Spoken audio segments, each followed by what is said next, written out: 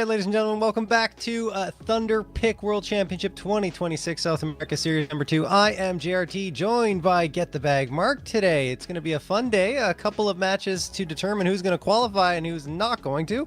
One of these two teams, or two of these four teams, will no longer be with us after today here, Mark.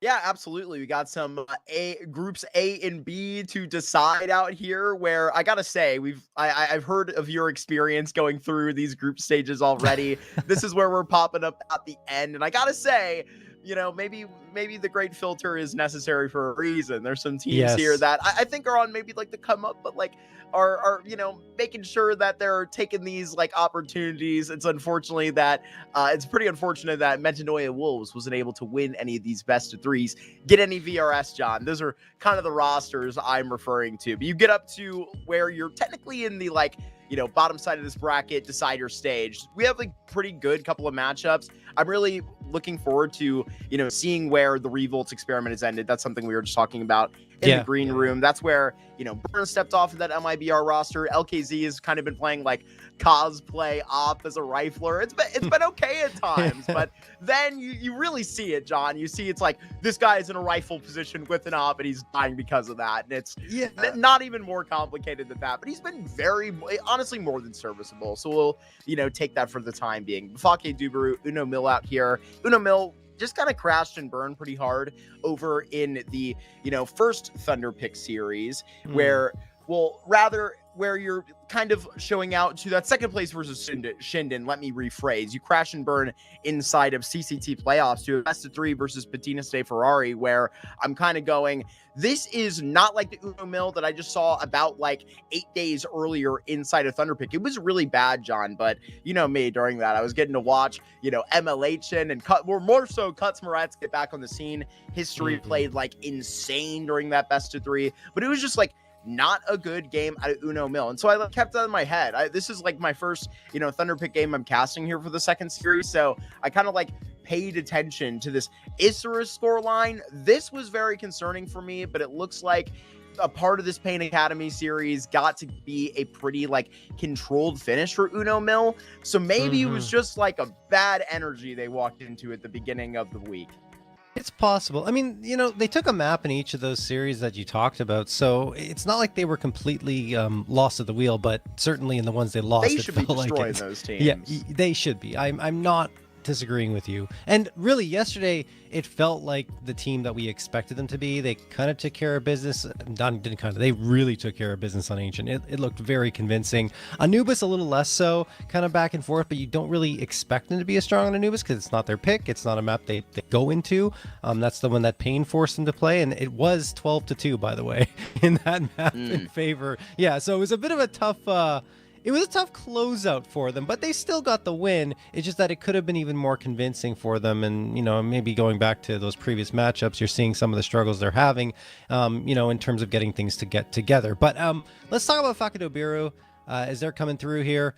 You got this squad that also looks pretty good. I don't know. I tend to like the guys on this roster, PKL and Hardzao in particular, from their Pain Gaming days. It's been a while now, but still. Yeah. And you got Turtle, Pesadello, and Detroit J. It's a very well-known roster in terms of the names you've got on this squad. Detroit J is a pretty good opper, I would say, from what I've seen anyway throughout his career. I don't know if that's lately the case, maybe a little lower in terms of numbers, but still, like, he's a player that can make a difference on the squad. So, yeah. It feels like you're right on the money, and it's never been an issue with this core, right? I think PKL, you know, Detroit and Hardzao like really define this thing, but you obviously lose CK Zhao over to Keed Stars. They're going at a particular rate out there with no IGL. It's interesting. I'm pretty sure it's Areba calling, but I think where like Turtle rejoins this roster, it's also Pesadillo alongside him. He left originally with Cold Sarah, like I think back in March, because he just wasn't too impressive, and he's not too impressive now. It feels like I've gotten like flat out the worst kind of like look at this roster, or rather the hardest, you know, kind of roster that they could have went against. Both times I've gotten to watch them was just at the beginning of Thunderpick Series 1. It was against LP and they got smashed, and then just the other day, just 2 days ago in CCT versus LP. So I just have a bad kind of look at this roster, like pretty recently in my mind. And it's hard to kind of like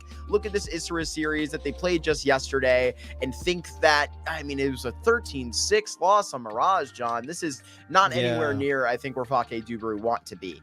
No, I agree with you. Like, the results have left a lot to be desired lately. And certainly they're beating teams like Vexa and Pain Academy, two teams that are probably below them, and even the ones they're losing to, you'd think that they would be able to compete with. But yeah, it's been difficult for Fake Duberu. And briefly, I think we already talked about MILLE for the most part, but just to like kind of break them down, you have Ale, who joined the squad. I don't want to say most recently because the squad's been together for quite a bit of time, but Ale coming through, DRG, those two kind of lead the way in terms of stats, and then you got the rest of the squad coming through. I think.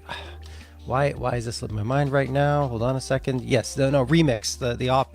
I don't know why I couldn't remember he was the opper, but Remix opt pretty well yesterday, and he had some moments where he was clutch in 1vx situation. I think he won 1v3, 2 1v3s, 1 1v2, and he was 3 for 4 on Ancient in terms of his 1vx situations. 75% win rate. He's the last one alive. So it was really, really impressed to see. Maybe the overall numbers aren't great, but certainly there's that clutch potential you've got there, as we're going to check out the veto now. Yeah, 100%. I mean, Remix was doing amazing over in that first Thunderpick series. That's what took them so far. So hoping to see that again, push them into a playoff, which we saw the veto before we went live, John, and we got quite excited about it. Just yesterday, I got to cast my first cash. You also said that yesterday you got to cast a cash. So we're right here showing up to it again right away. It's MILLE that's going to pick into it.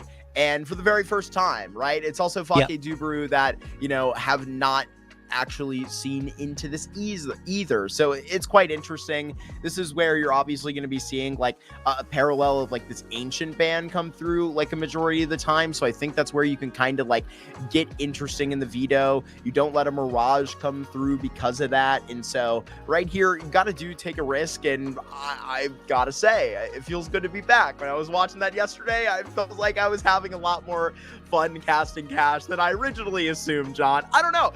I know you've been doing this a long time. Did you cover cash back in the day? I did, yes. It's like an old friend has come back. I covered cash all the way going back to the original Counter-Strike. So I've been doing this for a while, but I do recall covering it back in CSGO before they removed it.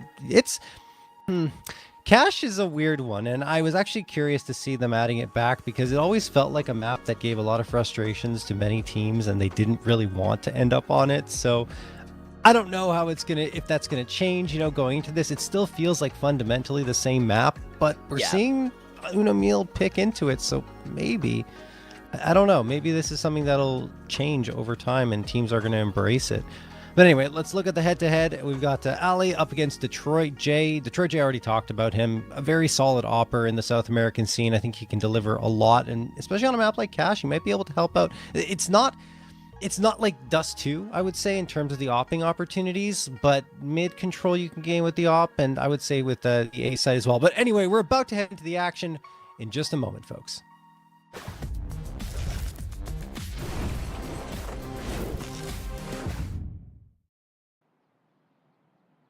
Right, and we're into it. But yeah, just to go back to the head-to-head mark, Ali on the other side actually has looked very solid, for MILLE. So I think that there's going to be overall, this is an interesting matchup. It's hard for me to pick a team that I'm leaning more towards. I feel like you're leaning more towards MILLE because of your experience with Fake Duberu lately, but yeah. You could certainly say that.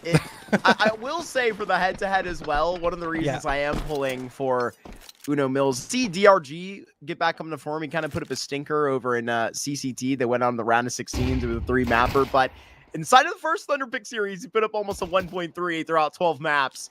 He was playing one hell of a tournament, and so I hope DRG to get back to that form. It's Barton back inside of the server here for Fake Duberu.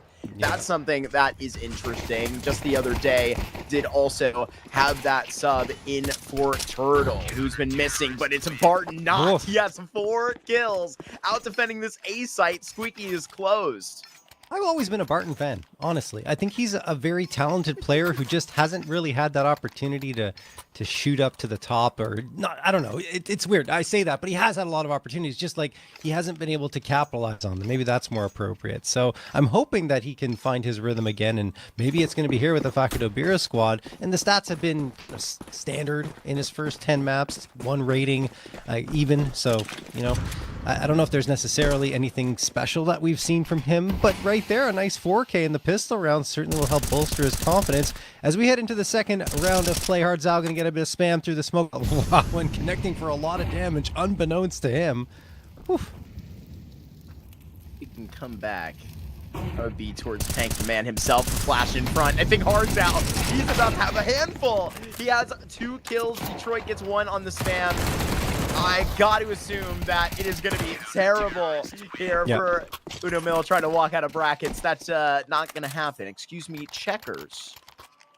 We're like dusting out the old call-outs. Checkers, yes. I need you to check me if I like new gen any of these call-outs. Oh, honestly, it's been so long. I think the new gen ones are going to be the ones that take over. I mean, we've got Shroud and NBK on the A site. For me, like, cool. Like, dude, I think it's great that they're still there. Shroud. They're like, yeah, that's what I mean. Like, I don't feel like Shroud connects anymore with like the new gen, really. And I'm not, I mean, he did with me, but that's not the case anymore. Absolutely. So it's like, and he's not here anymore. So I hope there's, I don't know, maybe we'll get more modern callouts. That's why I'm saying I will not criticize you for changing anything, because it's fine. We're in a new era of cash and this CS. is kind of a parasocial thought of mine. Okay, but it's in a similar vein to like those who are in like the same conversation with like, you know, a guy like Shroud. Like, you see that Aurora move the other day, and you remember you had like a pinnacle of North American Turkish Counter-Strike. Like, I wonder what like Tarek even like thinks about something like that. Bro probably doesn't even care. You know what I mean? It's quite sad. No, it's true. Completely different era. Now we have Austin Counter-Strike. My friend, I can say that. Austin's great. Oh, man. He's a good guy. He is. Well, he Flom really is kind of the face of NA streaming, I would say. You know, another Flom land happening, I believe. That's right. That's right. In September. Yeah, September. Am I crazy? I think you're right. Yeah. I think End of September. I should know because I'll be going. So, oh my gosh. Yes. Oh yeah. I'm heading there. No. But I gotta get out to Vegas then. Sheesh. Yeah, no. I mean the Flom lines. You can't miss them, guys. You gotta go. I think I'm not sure if it's sold out or not. I think it might be. Anyway, it's a fun time. It's a fun time. Okay, I'll mention it one more time because aren't there 2 South American invite slots this time? Or am I making that up? Don't think you are. Don't think you are. If it's true, that's awesome. Yeah. Which I hope it is. I can't say for sure because I'm not sure if we know yet, but it's possible. Anyway, speaking of South America, let's get back to this match. DRG going to get the hedge on the Barton. That last one was a wash anyway. There wasn't much for Uno MILLE, but they are going to get the opening frag here. 5v4 in their favor. Tank looking for some sort of contact, and something that you're seeing a lot on Cash is the aggression to mid, aggression to dumpster. Teams love to take that space on CT side because if you don't, you're kind of leaving so much map available to the Ts. Because if you look at the divide right between the bomb sites and like the map itself, if you just draw a line from the B site across from bottom to top of the map, like there's so much map available there for the Ts to maneuver in if you don't take that space. CDL does check CDL and LA over the top. Detroit immediately will try and get active through Z. LA can't be stopped rolling up. That was our guy to watch over in the head-to-head. Now it's all left on a hard Zao. No, he's that good, honestly. He's been really solid for this squad. He's the reason why they're here. There you go. Crisp, clean 4K coming through from the man. As we've got the first round on the board for Uno MILLE after losing the pistol and the conversions as well. Facundo Biru, they built up a decent amount of cash, so they're going to come through with another pretty much full by a little teensy-weensy bit short in terms of utility, but other than that, they're looking very strong. They're going to hope that they can come out with a better start than that previous one. Losing that first body in the first 20, 30 seconds of the round is never ideal. Now Smoke's going to get tossed here in for mid. Looking for some aggression. Got to be careful of that T roof. Doesn't look like MILLE want to go up in that direction. Instead, favoring the A site. And already DRG is heading towards Squeaky. Making a lot of noise there. I mean, perhaps intentional to attract attention. It's working.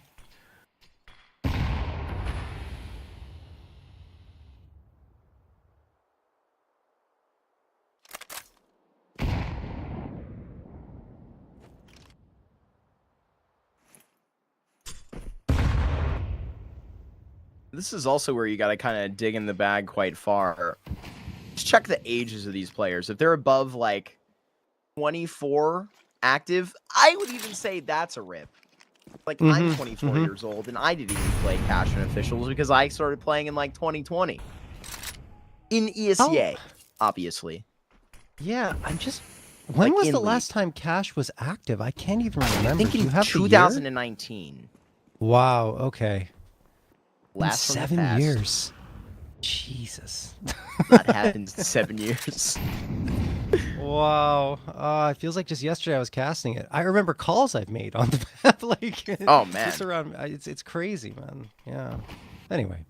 It's good memories, and now, well, we're back on it. I don't mind them. Anyway, Pesadella's going to get... Oh, yeah. I should make one, honestly. Anyway, Pesadella's going to get DRG. 5v2 in favor of Biru, so they've come back strong in this round. Pank gonna get the bomb plant though. Okay, Ali's watching. He's gonna get one. Pank gets another. All of a sudden, we've got a round on our hands. Could be even a 2v2 if Ali hits the shot. Maybe it'll be his teammate, and it is Pank finding Pesadello. A 5v2 melting away from Biru here. Nade might land right onto Ale, but it's not really going to do much. I mean, maybe draw the eyes away from Barton for a moment, but Ale hits a really important shot. Now Detroit is just going to hunt this one down, but Pank, he's going to go vertical. And it's an amazing shot there. Pank with the triple kill, closes it at the B site here. MILLE trying to, jog back into this T side, and they've just gotten 2.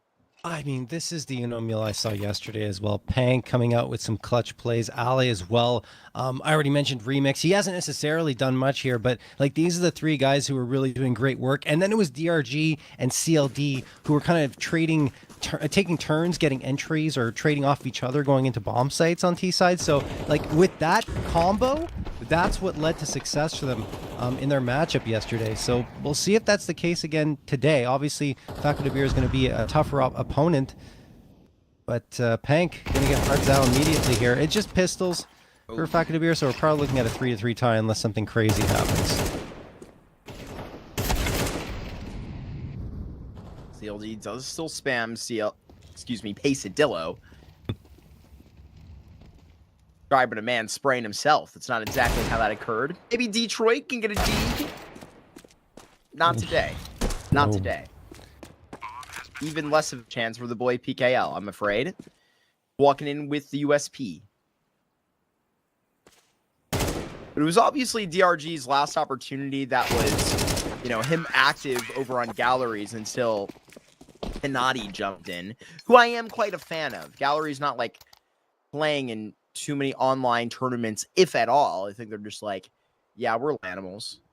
But you kind of got to do both. Kind of got to do both nowadays. You do. If you don't, then you're... Well, I mean, you can still play a lot of LANs and gain a lot of VRS, but you do need to play online as well. Like, it's important to keep things going for yourselves, if only to just get reps in. And obviously, winning online doesn't hurt your VRS either. It gives you a lot of opportunities. Just the volume of online that there is, if you play enough, and you're winning, of course, your VRS is going to do well. Look, it looks like they have also departed with Destiny towards the beginning of June there. So I'm just saying, DRG... showing why he maybe deserves to be signed. He's been playing pretty well this month. Whole lot of that to go around. I was like putting to B-Dog and both Vince, and I'm like, I know Red Candid's like currently has like Drop still signed and a bunch of other like really good players, but like somebody just signed LP already. You got like 2 free agent rosters right here. No, I agree. I don't know that I would I'm not going to say that because I don't want to make anybody sad, but that's the thing. I think there's a lot here, that could go for a lot of organizations. There are a lot of teams that have orgs that are arguably way worse than both of these teams. If we're going to put it very bluntly. It's an A hit, John. And right now, the spam is going to get quite close. Detroit may need a little bit of help. It's Barton over the top who just wasn't ready for DRG to be that far. No, it was not. DRG. This is bad for PKL, but he's still going to win the fight. Wow, I thought Pank would have the advantage from Forklift there, but doesn't happen. So PKL goes back towards Truck, gets his utility tossed in, and Incendiary right onto default. And Ali's going to get an important one on Detroit J, but there's the swing from Harzal, looking for a 2K, but he can't get it. DRG shuts him down. That's DRG's second, and PKL has no time left. So he's going to try to stay alive. Not going to be easy. We've got that new bomb blast to consider, of course. Yes. So he's got to get away from it. Let's see if he's far enough. Quickly, hide behind something. Yes, He exactly. didn't even take a point of damage. No, there's no... that got removed yesterday, by the way. I don't know if you saw, Really? but yeah, the singular point of damage, no matter how far you are, is gone. Yes, good. that was... I was happy about that as well. It felt a little weird. I do like the new sounds. I do like the new bomb blast being more consistent and being more... something you can memorize, so to speak, and you know exactly where to go. And it's not like, oh, depends on where the bomb is planted. It's just more...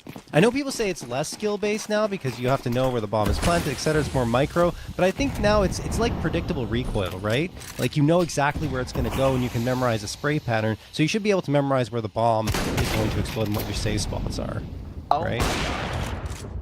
Harzal going to get the auto shotty kill onto Ali. Yeah, sorry. I was blabbing along there. I will actually add a little bit more to that in a second. Yep. Okay, maybe while there's a lull, is this fresh smoke? It kind of is like the bomb predictability of like Go in a way where, I mean, you would have so many more. I mean, really, it was very consistent with a lot of plant spots. Say on like a site of Inferno, if you're planting at like the back boxes, you could survive in the pit, or you could survive, you know, at any other position according to any other plant. That is a little more complicated and gimmicky.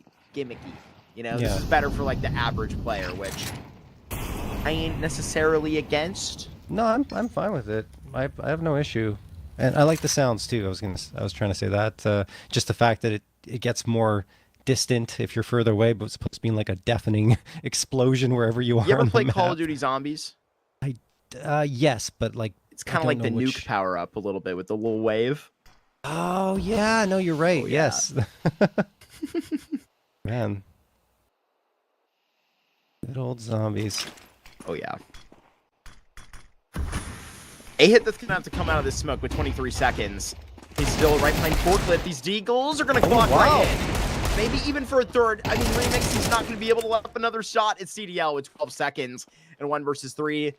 Managed to get the bomb down. This is just a done round. Yeah. Fake Dubru. They're wondering where he's going. He's found the AWP and he's sprinting back. Honestly, pretty impressive feat for CDL to be able to get out like this. They didn't even need to wait that long. I think that's like the hardest thing about that round for Meal is they could have gone a little bit sooner. The guns weren't great for Biru, but because you're down to only 20 seconds and you're making your execute, those deagles become like rifles because you're kind of panicking. You need to everything has to go perfectly when you go for your entry, and it doesn't at all. Like 3 deagle kills for 1 rifle kill on Melee is just never going to be good enough. So Biru enjoying a tied scoreline here. Both teams will stop enough to get the guns out. Oh my goodness, the double nade toss right at the feet of CLD, predicting that he would be in that position. That is well timed from Biru, and they get the opening frag because of it. I'm a fan of this pace. This is especially off of the deagles going in, making a pretty contestable CT side. You got to get a hold of. So far, has been a little favored. Very early days. There were like 16 official HLTV maps that statistic was based off of. Faces LO gets cleared in the corner. Tank having a really good tournament over in Thunderpick 1 alongside DRG. In replacement of LTZ, the big name going over to Thunderpick. This nade should get Peaceville out of the corner eventually, rather hard now. This is crazy. How is he alive? All the attention was to that corner. Allowed PKL to get in position. Now they're worried about Hardzal. He's going to hop out of the smoke. He'll get traded. So Remix The highest rated player in the tournament so far for Uno Mill will look to clutch, and he's again. 2 kills closer. John, up to heaven is probably the only place where you could get in here and probably cancel the plant, but coverage. Oh man, Remix did this yesterday. I talked about it. 2 1v3s, one 1v2. This is a 1v3. Just needs one more shot onto Barton, but he won't get it this time. Barton shuts him down. Fakadu Biru will win a 5th. But this has been a very back and forth affair between these two squads, going blow for blow, round after round. And, you know, right now, just Fakadu Biru edging out Uno Mille in terms of this lead. But I don't know how long it's going to last. Timeout called by Uno Mille.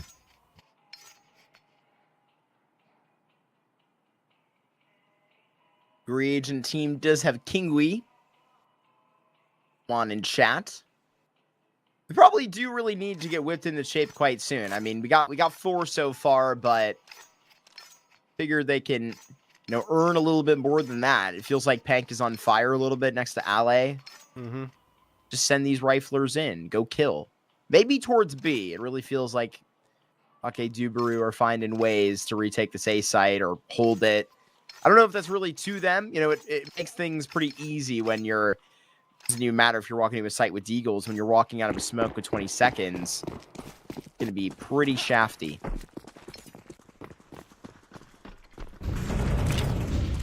Funny enough, I don't even know who's calling on Uno Mill. There's like we could put out a handful of guesses. Could be DRG, but I would doubt it. It would have to be maybe CLD or Ale. Yeah, I feel like I checked this yesterday. DRG, did you say DRG or did you not? That is one of my guesses, but he joined recently. Yeah, but he's IGL'd in the past, right? So yes, he has. I feel like he would be the most logical choice here because no one else has. I don't think anyone else really has that much IGL experience unless I'm crazy. Yeah. Okay. Cool. So for me, I would say DRG. Even though he joined recently, I think he could still pick up that mantle because someone needs to. Anyway, Hartzell's going to pick up a bullet to the head from Pank, who gets a second as well onto PKL, a 5v3 as Uno Mille have full control of B. Was this not exactly what we were suggesting? Just go and send Pank in, get a couple of kills. Yep. Now you got to save. How often are we going to see a result like this and then just the immediate decision to cut right out? This is just modern day CS. Yeah, I feel like back when I was watching Cash in the early CSGO days, there was more of an inclination to attempt retakes. I didn't feel like the saves were coming through as often, but yeah, here it feels like Fakadu Biru don't want to get involved.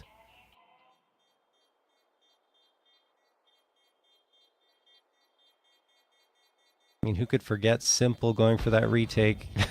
From heaven. Oh, dude, I can't even tell you like how old I was when that happened. Yeah, that was one of like the very first Counter-Strike moments that I think I like watched live that were iconic. Really? Yeah. With Bardolph on the call. That is. I can't believe that was that long ago. It actually bothers me that it's that long ago, Mark. Oh my god. It's a little crazy. Where has the time gone? We've lived whole lives since then. It feels like it. It really does.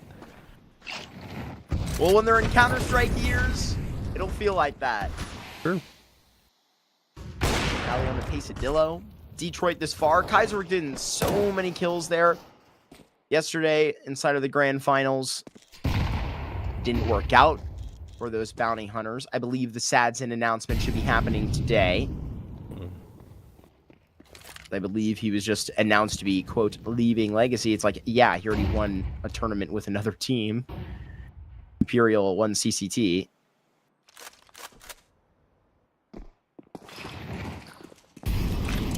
And now another B hit. I mean, PKL is the only player that can respond rather to take attention away from Hardzao, who doesn't have any utility to his name. Ali walking up towards headshot, but I think CLD already had the entry. Ali was so blind. CLD has got your back. Great work from CLD. Trey J and Barton are still in okay position to try and recover here. We'll see if they can manage it.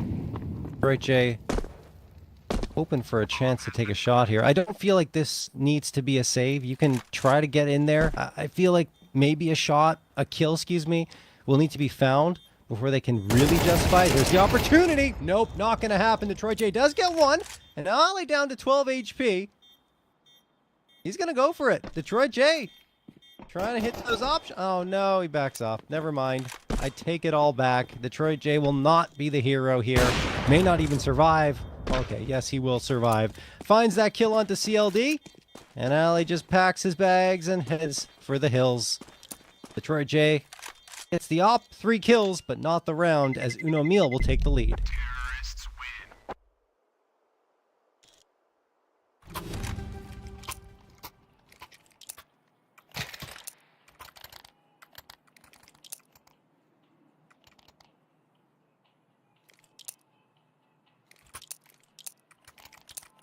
Still feeling this close, but MILLE have gotten these last 2 rounds. It feels like so effortlessly. Yeah.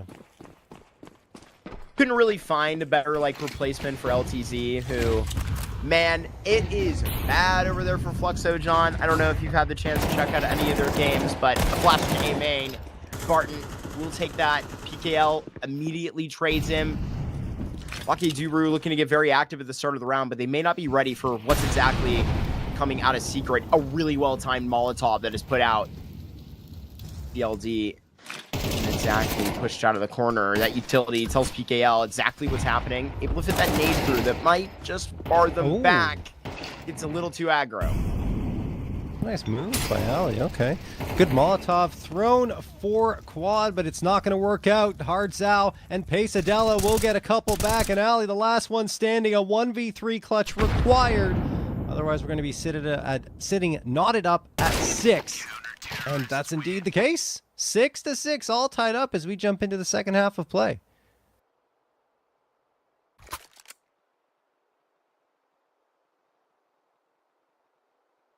No one really standing head and toes above the rest, I want to say. I mean, we've seen moments from Ali and Pank, and you talked about that Pank entry, that 2K that happened earlier, but numbers are pretty even, especially along the side of Fakadu Biru. Lots of contributions coming out across the board.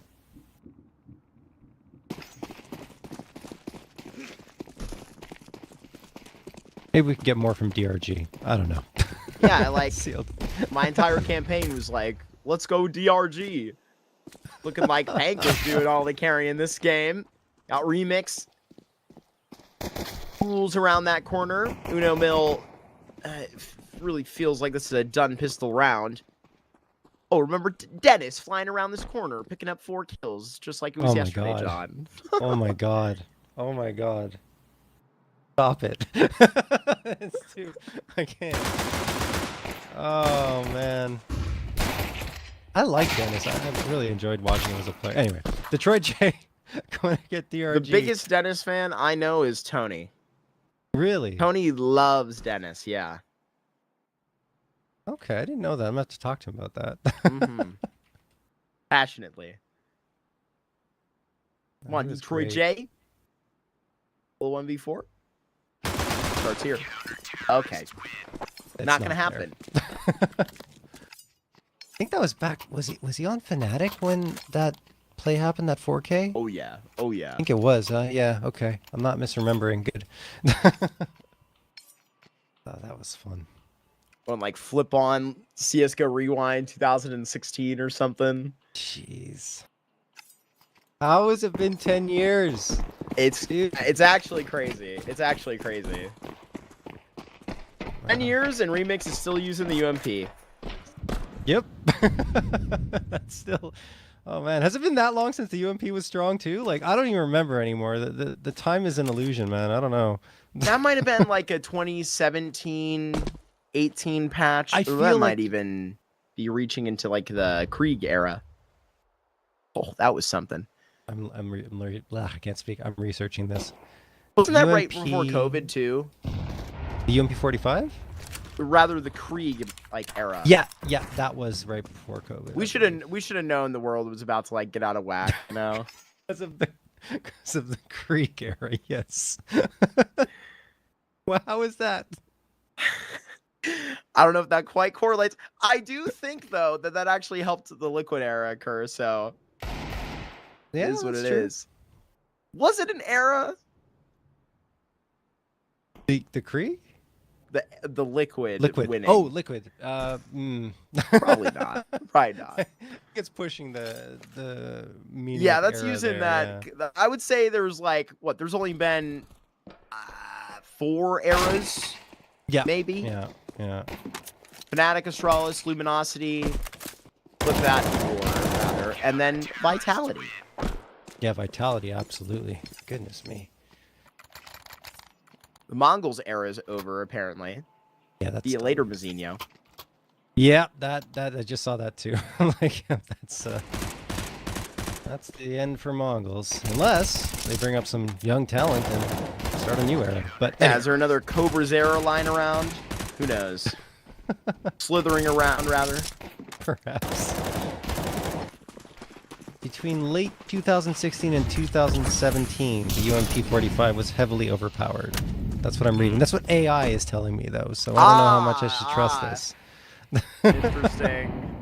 It feels accurate. It feels like it's about right, but... That sounds correct. Yeah.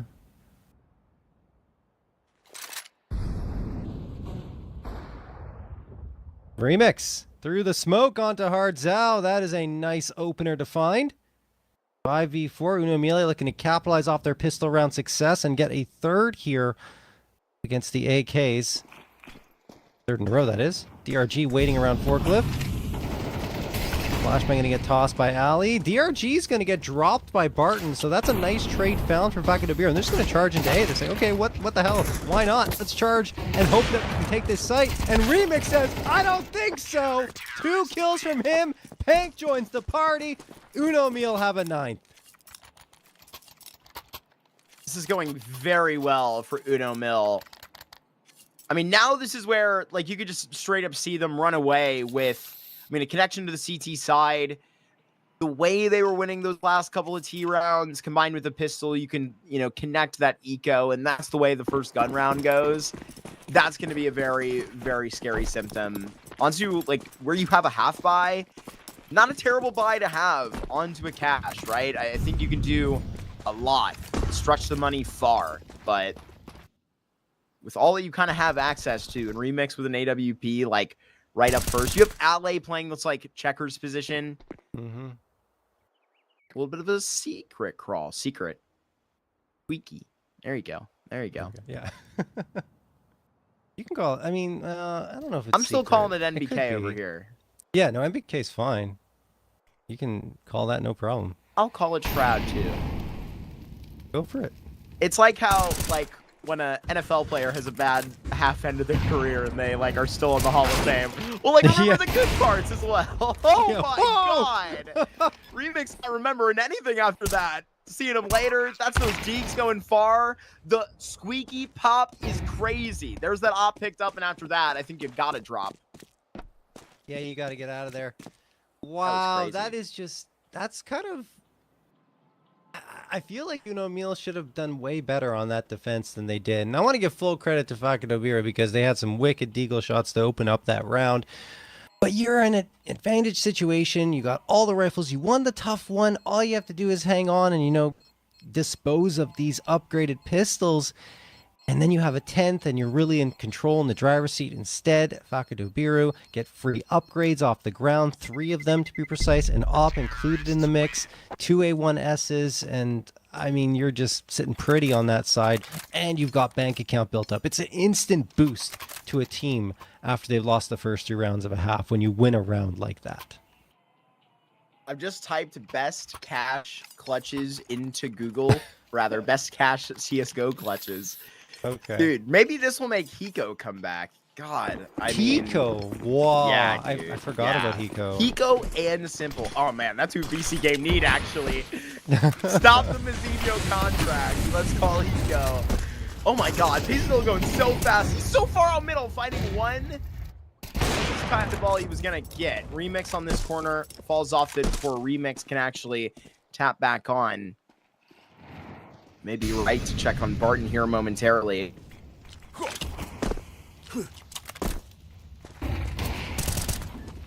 Ooh, Oh, nice. Oh, Remix gonna get Barton there with the op shot. DRG for that peek around. I thought he was gonna have a chance at the kill, but it didn't really matter. Detroit J and PKL, the last two standing, and they're just kind of shaking their boots, hoping that something better is going to come of this round. Because I mean, really, they had a prime opportunity to strike back and get into this one. I thought MILLE had let things slip away with that previous round loss, but they answer immediately. Still have plenty of cash in the bank to respond against Biru.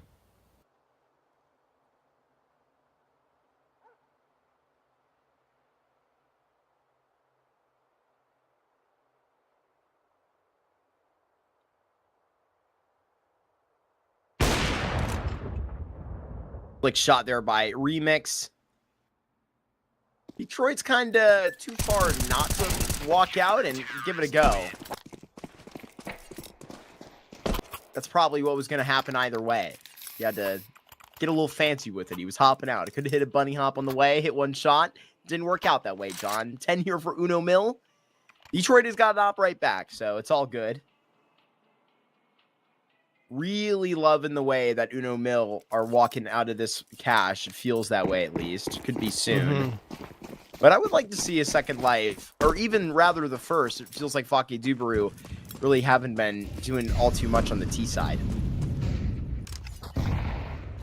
Just a reminder, folks, that you can check out all of the latest Thunderpick World Championship news over on hotspawn.com, as you saw on your screen. That's hotspawn.com as we go into this next round of play. Quesadello already waiting inside of A main. Talked about it, you know, the guns are still here, the op in Detroit J's hands.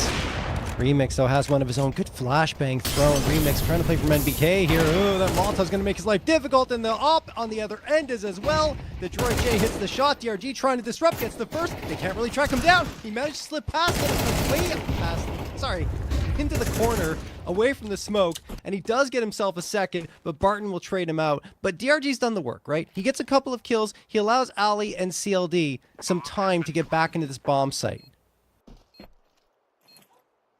You were saying how back on go, teams were pretty adamant to potentially attempt to retake. Here's CLD on the corner. He is going to get past the original tripwire of the AWP. There's such a good angle to fight back from here, but Hardzow, that is a really bad take on that angle. CLD hits such a good shot. Detroit gonna get up close, and that's a tight way to play this. Barton is looking so good on this map so far. You were saying you were a fan of him. He's showing out for you. This is a great performance, and I think exactly what Biru need, which I think Turtle was starting to cool down on this roster a bit. Honestly, maybe more than Turtle, Pesadillo, but look at the way he's playing. Barton is looking so good right now and is putting Biru back in the game. Absolutely. No, he's playing a great game and playing off of that positioning for Detroit J, ensuring that Detroit J, you know, when he goes around for that peak and back into cover, that he can capitalize on that, even though he was waited for. I want to give a lot of credit to MILLE, and I think it was DRG, not DRG, CLD possibly is the last one standing. Can't remember. But either way, it was played well in terms of watching for the player to be peeking from quad, but it just doesn't happen. So there you go. I'm hearing a lot of typing, which means that this might not be live, and that is correct. It is not live. So we have something going on, maybe a disconnect that we'll see soon. I don't know, but one way or another, we're going to need a match medic before we get started again here. Yeah, to finish my point, Barton did play well in that situation. I mean, supporting his teammate, coming through and hitting the shots at the perfect time. Thing is, too, is that, like, Turtle's not even left the HLTV roster, and Pesadillo hasn't been re-added. Get on it, editors. Who knows? Maybe they don't want him to. Maybe they're still making him earn the contract onto a free agent team. Yeah, that's actually interesting. I'm just trying to check it here. He is on Wikipedia still considered a former player. So on the NHL TV, as you mentioned. So you'll be a part of the Biru family forever. Yeah. I don't know if he's a permanent addition, I guess is my point, or if they're still looking for someone else to come through and take that 5th spot. A permanent re-addition. Cold anyway. Zero, what's it going to take? Oh my god, no. Sorry. Let's look for some new talent, maybe. Oh, Detroit wow. J. Nice Molotov tossed in. DRG couldn't get away from it at all. That's just a great toss. So that evens out the numbers at a 4v4.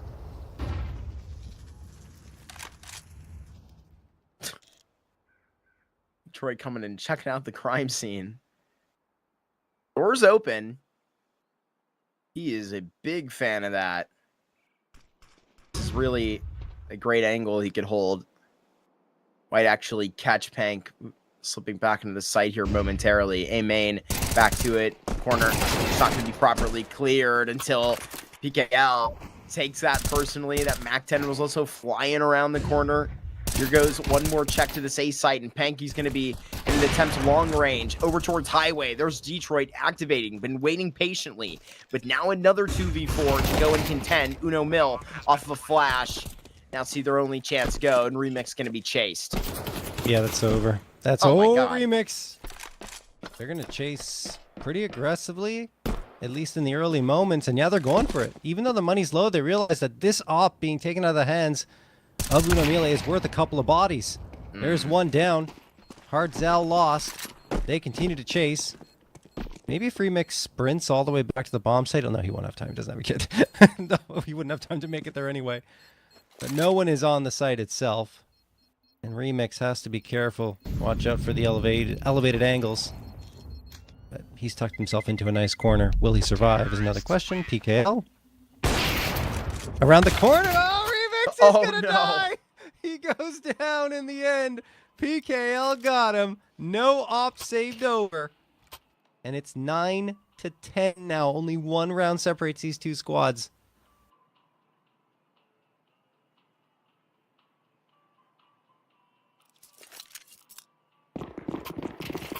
Not even... I gotta say, I mean, it's barely a couple of upgraded pistols. Gotta see this tide likely pretty quickly. This Cash playing really well so far. They produced a pretty good game yesterday in our playoffs. Bounty Hunters picked it a total 2 times. Kind of crumbled across the 3-map series. It was actually Imperial that took that pick off of them, who it looked like they'd been putting in some practice, so hadn't necessarily changed their protocol of that like ancient permaban. They're letting that cash float about. It's interesting. It is. And I do quite like how Sadson looks so far. You'll get to see him in this tournament if I am correct. I think you are. Yes. And so much for the conversation of bounty hunters. They're also in this tournament, so that's relevant alongside. And for the first time in a while, I feel like it's been a minute since we've actually had Bestia joining us in an online tournament back home.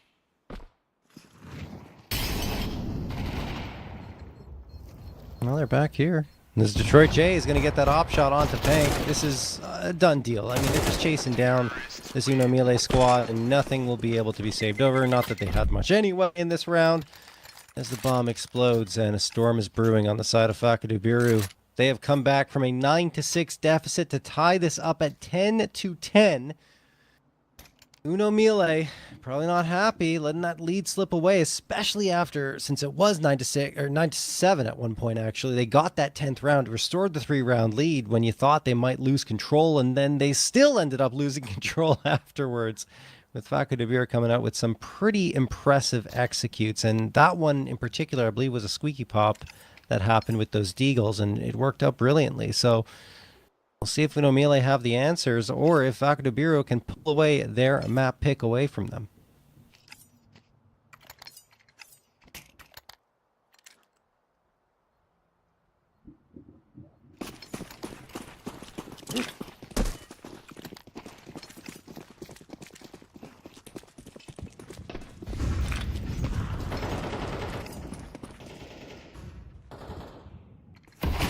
plenty of leeway for a Fake Biru if you lose a round like this too. You got like 5K in the pockets of everybody but Hard's out. You know, MILLE can live on a thin line, but they're not going to play afraid. They have A control. This isn't something that they're going to be able to hold on to, obviously. Not too many more smokes. That's why they're good and active. DRG boosted up to Shroud. There you go. Well, just look up Shroud Cache, folks, if you're wondering why that position is called Shroud. Oh, dude, if that's not in like the history of the curriculum Counter-Strike class, that's got to be shown. Yep. Need like a cache 101 for callouts for Shroud and NBK, just to have those play at the beginning of every single cache game. This is why this is why we call this Shroud and NBK. No, but they just pulled off impressive plays. Legendary, let's say, if you're having a position named after you. The thing is, now everyone checks it, so... Yep.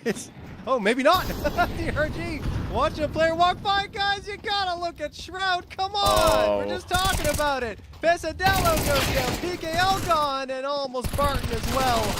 Biru letting this one slip away, maybe not. Barton strikes back for 2, and Detroit J brings it down to a 1v1. I cannot believe they're able to recover from that. Barton, the hero, again with the 3K. However, his heroics may be in vain if Detroit J can't clutch this one out and win the 1v1, and Detroit J will win the 1v1. Efforts not in vain. They come back after nearly succumbing to Shroud.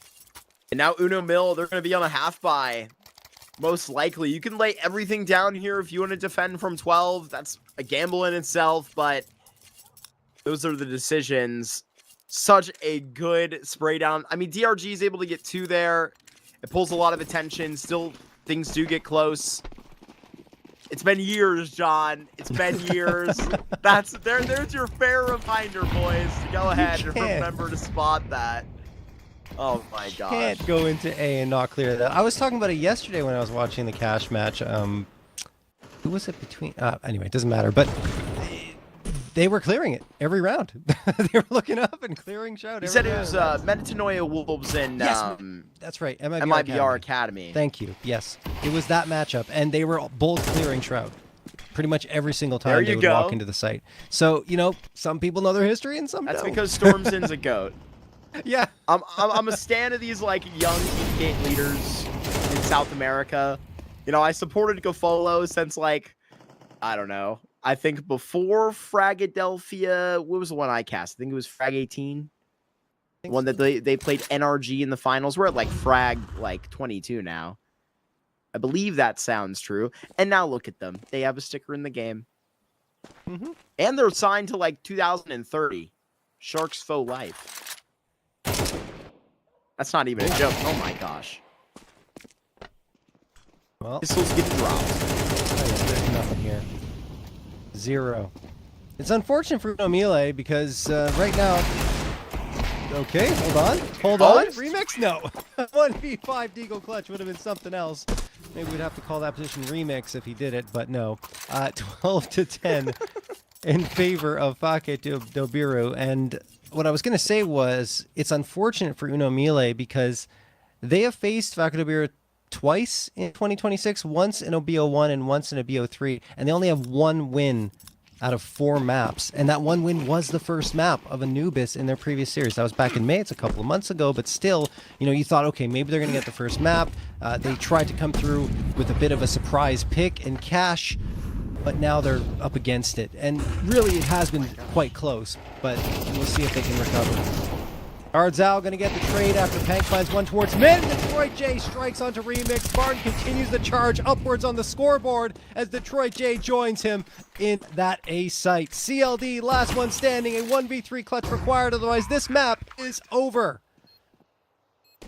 This is Uno MILLE's entire gamble into this. But thankfully what awaits either of these teams. Both of them are familiar, but wow, don't let me get too ahead of myself. DLD going feast or famine in the clutch, and right now he is looking to just go and get this diffuse on. Detroit J gonna be solo, but he's back into the corner, realizes it's CLD, he's calling the bluff, doesn't have the kit, and he doesn't have the kit actually. No kit, no get on kit. your horse, get to the bomb. It's not gonna happen, John. No kit there either.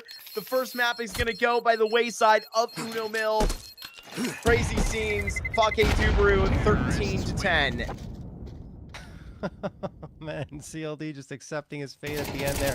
That was a brilliant attempt from CLD though. A 1v3, and he takes the first two players, which are the healthy ones, out of the picture. Just Detroit J. Detroit J is the difference because of his decision to back off into that corner, like you already highlighted, Mark. I mean, if he doesn't do that, then they might lose that round, because after that, there's a little more time to try and locate that bomb, even though it's in the smoke, or I believe it was in the smoke, that he had to go and try and find it. There wasn't an opportunity anymore due to the fact that there was no kit. So actually, what I was trying to get out there towards the end is it was a pretty competitive first map, despite Uno Mille falling in the end. It could have gone the other way easily. No, 100%. Like, I really thought it was going to be Uno Mill taking that. When they were standing like at about 10 there, it just looked like too good to be true. And it's that Deagle round that, like, you know, starts to flip things. It's a great cache. And so far, I'm in my like honeymoon period of watching this map, John. This is another great result that we've gotten to see. It's been a lot of fun so far to like maybe result in rounds like that. You know, maybe it is playing like too similar to like an Ancient or an Anubis, whatever you want to compare it to. But like, I don't know, there's just something about that A site and running in, seeing those digs pop off. I mean, it's looking quite beautiful, and it plays very similar to Go, like all the, you know, weird things about like that window taken away, the box over by truck. None of that's like in this iteration. It's as clean as it gets. I'm glad it's back to the way it was before, and we got rid of those like changes, because it didn't really feel like it added anything. And I believe Valve owns the rights to cache now, so they decided to make the changes. Yeah, they decided to make the changes to the map and go back to the way it was before. And it feels, it's very nostalgic watching it being played, right? And I feel like there's slight modifications, very, very slight, in terms of the way the map is laid out, maybe the spacing in certain areas, but overall it's still got that same formula to it, and it's fun to watch, it's fun to cast, and I think we've been enjoying it. I hope fun to play for the players. We'll see if that's actually going to end up being the case. But we've got another map still coming up for you guys in a little bit. It is going to be Nuke. Maybe before we go to that, Mark, what are your thoughts in terms of what Uno Mille has to do here to come up with a win? I mean, inside of this series, I think it's going to take a lot now. Obviously, this was the big swing. You know, you're kind of like, you're playing this like it's a playoff match. Obviously, you're going into this, obviously, with a decider in mind. So I think sort of, you know, playing within that tone is definitely why you're like seeing a swing like this. I think for like Uno Mill walking into a nuke, though, like I said, while we were walking onto that map, I thought this is probably like as good of a place as it could have gotten. Obviously, there are maybe other maps that you could have landed that may be a little bit better, but, you know, keep in mind, this is where Fake Dubaru wished to take us. And they're up of like two, you know, bad losses, the one of which I got to like watch myself, which was that like first LP 13-4 that, look, I'm gonna like give Uno Mill the same respect I'm giving Fake Dubaru for like seeing some of you know, their mishaps earlier inside of July. I think they've sort of like put some of that past them. I think they're certainly showing why here on this cache, you know, inside of like the 3-4 weeks that you've gotten like a player break here in South America, you legitimately have. Shout out to the South American scene. There was not like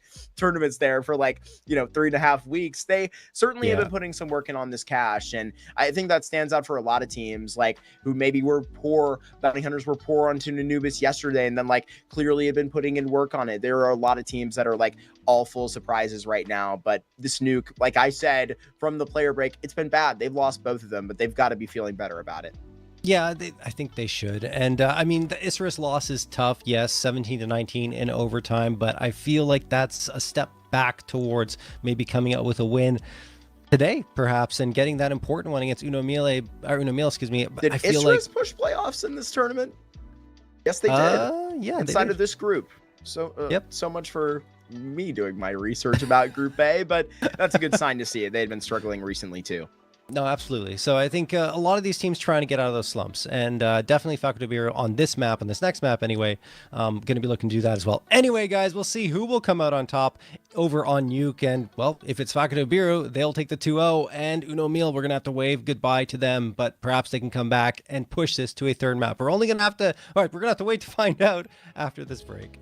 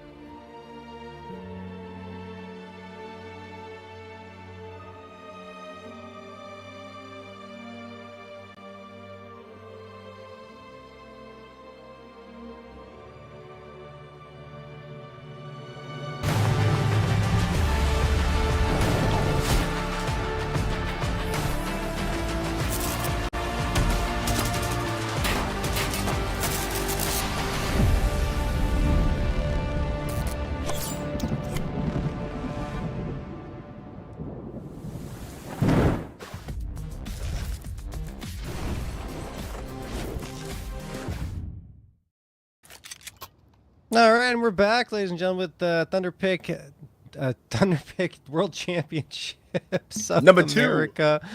Series number 2. Yeah, I got it. I got it out eventually. Goodness me. But yeah, we got Biru up against MILLE. They are putting out some fireworks. That map number 1 was really exciting. Let's see if we get the same here on map number 2. Going very, very fast. Spartan popping around this corner. Okay, Biru, they want to provide really good energy to the T side right away so they can carry over a little bit of this momentum from stealing their opponent's map selection. Pisadillo gonna have to find his way down the vent, but the knife out that far. Not ready for the fight against Ale. Now it's a 2 versus 4. So one of these players here right next to the vent is gonna have to trip up Ale. He's still not dead, but they eventually catch up to him. Yeah, that was a tough engagement for Ale. It really came out and needed to that headshot immediately and wasn't able to do so. However, his teammates are here to rescue him, maybe. Hardzao gets the instant trade after losing his teammate, and then CLD just Goomba stomps Hardzao from above in that vent, and that'll do it. 1-0 for MILLE, who looked convincing on the pistol.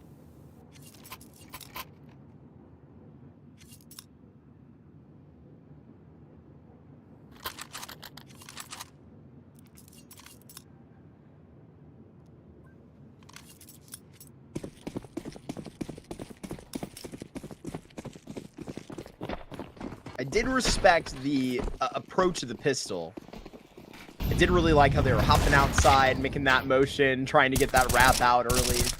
Just not something you see every day. Ale will backpedal. This is probably something you will see more commonly. You click on the screen when MILLE is playing.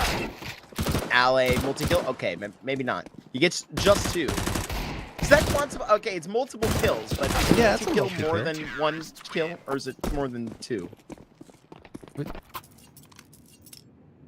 I'm not sure I follow, Mark. That's not a real question. I'm sorry. It is more. It is a multi-kill would qualify as just more than 1 kill, right? Yes, exactly. Yes. Okay, gotcha. Yeah. So that was a multi. You're good. Bro, you didn't have to professional correct caster yourself. asking. It's okay, Mark. It's fine. I understand why you would ask that, because often we only highlight the 3Ks, the 4Ks, and the aces. We don't really look at the 2Ks, but yeah, it's still technically a multi-kill. 2Ks are just as valuable, guys. Yeah. Don't forget about your 2Ks. Absolutely. There's even a whole dude that named himself after it. Yeah. 1 NA's only major. Thanks, Stu. Cut off the history right there. I don't know. Maybe he's playing again. So the grapevine says remix 1 out of hut. Yeah. 2nd out of hut. A 3rd Jesus. out of Okay. door. This is the remix we've been seeing most of the tournament, and it's a 4th out of hut no more. This is a remix getting so active, and you know when he's going to get really flown like that early, it's going to be hell to pay. No, absolutely. That's the remix I saw on Ancient yesterday. He was absolutely ridiculous. And well, that's a promising sign for MILLE if we want to see a 3rd map come through, which would be Inferno if we get it. I'm actually curious to see Inferno with the new bomb radius, right? Because that was a big issue, is like determining where you would die and where you wouldn't die, but now it's like set in stone on the map, and it was really aggressive in terms of how far it spread before. So I'd like to see what the changes are. I already watched a video on it. I don't know if it was changed. It might have been, but I believe you can survive in podium in church, like next to the bomb site. But I feel like that's too close, and it was probably a bug. But yeah, if we get to see Inferno, we'll find out. Anyway, Hardzao's gonna just run right in towards this A site, finds CLD. DRG from the rafters gets 1 before he's traded, and Remix is only able to get 1 as well. In fact, perfect trades from Biru in a round where you don't expect him to find it. This is exactly what happened on Cash, right? MILLE, they shut down the rifle round, they go against the pistols, and they're unable to win against them. Maybe they can change the story this time. Ale turns it into a 1v1. PKL, the last one standing, and Ale does indeed change that story. 1v2 clutch, and it's 4-0 for MILLE. This is excellent. I mean, that highlight on top of the last, saving the round there, that was looking to be, wouldn't necessarily say a slip up. I was pointing out that, like, on Cash, those, like, Tech 9 buys can really get complicated in the same way that they can on Nuke, right? That, you know, a hit maybe can't be replicated in the same tone. That's where it can get the hairiest. Those flashes were like insanely effective, and even to the player like taking that fight to the nitro wall. So for better or worse, MILLE have a 1v2 clutch, and Fake Dubaru, they're getting that close. But the thing about it is their economy will be feeling a couple of those numbers. MILLE still flawless in terms of the scoreboard. DRG will spam out Pesadillo, but Ale, his little spree has come to an end.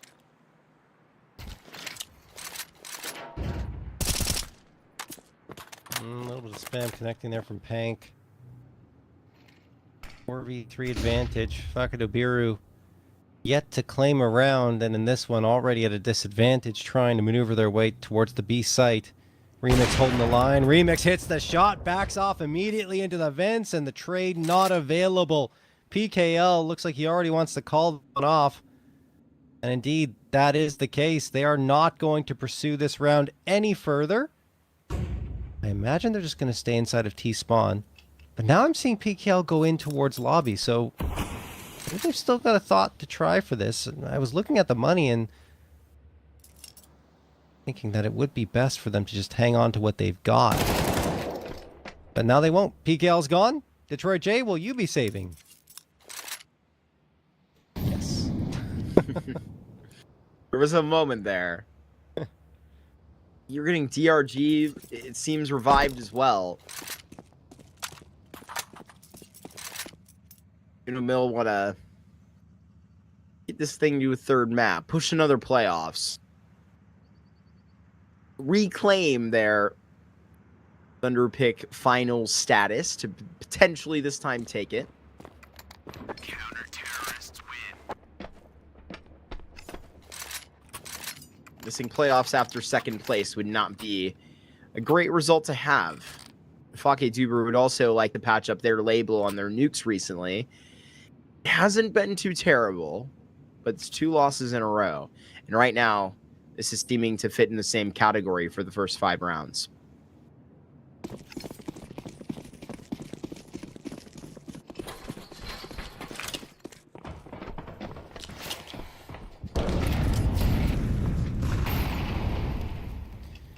Incendiary in towards Trophy. Smoke followed up after it. And you've got MILLE just holding their ground. We don't have to push too aggressively. We've got the 5-0 lead, a good economic cushion being built up. Let's let them come to us. And, well, that's what they'll do. No choice for Fake Dubaru. They're going to go in towards ramp this time. Pank will be tested. He's alone. Reinforcements not far behind if he needs it. Remix can come in and support him. But Pank has a shadow advantage. It won't be enough. Detroit J takes his head clean off. The ramp room is claimed by Fake Dubaru. CLT going to be right here on the stairs, where DRG has to come and back him up with a big play. Can't exactly produce it. Fake Dubaru be very fortunate to find the first round here, seemingly in the B site. Remix and Ale will leave it alone, try and keep their guns. John, they finally cracked one after 6. Good to see. You got to get those T-side rounds under your belt. It's not always an easy task on Nuke. And you can see that in the numbers on both sides. And Fake Dubaru in particular, 46% T-round percentage actually isn't too bad. I mean, that's looking at 5-6 rounds. Usually around 5, I would say.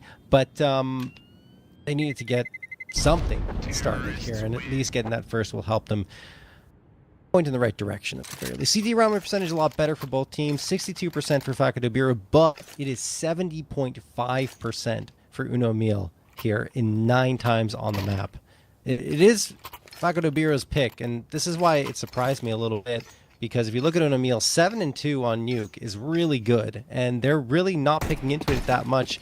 They stopped banning it as much. It was banned 36.6% of the time, but now they're not only picking into it, but they're letting it go through on a frequent, consistent basis. So it's good to see that MILLE have managed to get another quiver in their, another arrow in their quiver.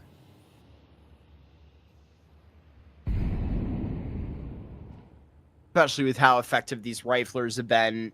This is just another map in the pool that they can go crazy. This is a really unique circumstance. At about 1:20 right now, Pank is going to be able to walk into T-spawn. Might be able to stick around long enough to find Barton, and that could really blow up the round. The bomb's so far back. Now audibly going to walk right over. What a save by PKL! He's just going back, dropping from T-roof outside, and finds that kill. That's a really nice kill for sure. But Remix has taken up the space in Squeaky right now, and this is a power position. He just holds this angle. If anyone walks into it, 9 out of 10 times they die. So we'll see how it goes down. That's going to be an important one, especially with PKL around the corner. There you go. Remix delivers. 4v3 now for Uno Meal. DRG waits in heaven, where all 3 remaining players are headed towards, seemingly, or at least they're in this direction, but they've rerouted towards that ramp room.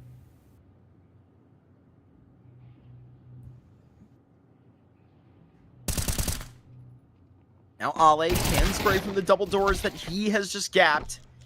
Also CLD, unidentified from the clock, going to be the swing and single door. That's tough, yeah. One hell of a way to try to find an escape path, but Uno Mill, they're going to cross F that one round by Fake Biru. They're not going to let it grow into much more than that.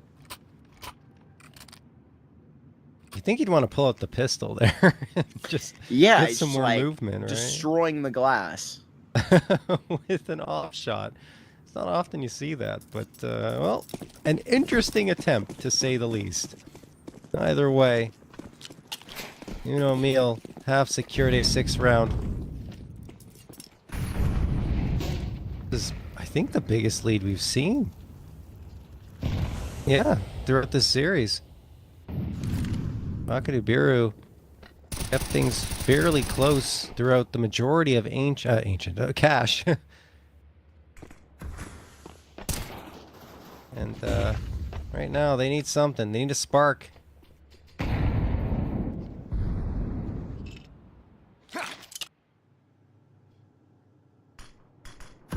Yes, they do. I wouldn't mind just a straight up A play. I know when it was kind of a slower roll before, they ended up all just dying to the AWP that was up in heaven. It was Remix that caught a 4K. Now they might just catch a clip of whatever DRG has got to offer. PKL does lose the heaven tracking on the timing. Pesadilla finds his first kill, and now Pank with the wide swing. Now has to follow up DRG with 1 kill, and now it's all of a sudden down to a 1v1. It's always on Detroit, and Pank to revisit. This is just ridiculous timing. He is going to just smell the reposition happening. Ridiculous word there by Pank said. It's a 7th here up on the scoreboard. I was about to criticize Ale, I think, saying, okay, he didn't have to push into lobby after getting that first one, put himself in a tough spot, doesn't know if anyone's behind him, and then traded out immediately instead of being in a 5v4 and settling in on the A site. But then Pank comes in and saves the day. Yeah, just what can you say? Uno Meal can seemingly do no wrong here on Nuke, as they are now 7-1. Round number 9. Tons of utility being thrown towards this A site. Counter util, execute util, or seemingly execute util. Back to Biru, of course, not going for that A site. They instead go towards outside, and Remix is the first victim of the round. Detroit J spraying him down into heaven, I believe it was. And now PKL around the edge of the smoke finds Ale. Okay. Biru trying to string together a second round, and this time it looks very promising. Yeah, they look to lock this one up. There's the kill to secure it at the latch. Second here for Fake Biru. If they can get up to like a 5-4 round half, 5 obviously what you can get maximally here, down 7-1. But we're trying to remain realistic here. Pesadilla will take the head away. Feed him as many exits as possible. We want to get this guy warmed up after CDL, who's just in this corner. CDL, CLD. Like the name of a bad esports league. Ooh. That's a joke. That's a joke.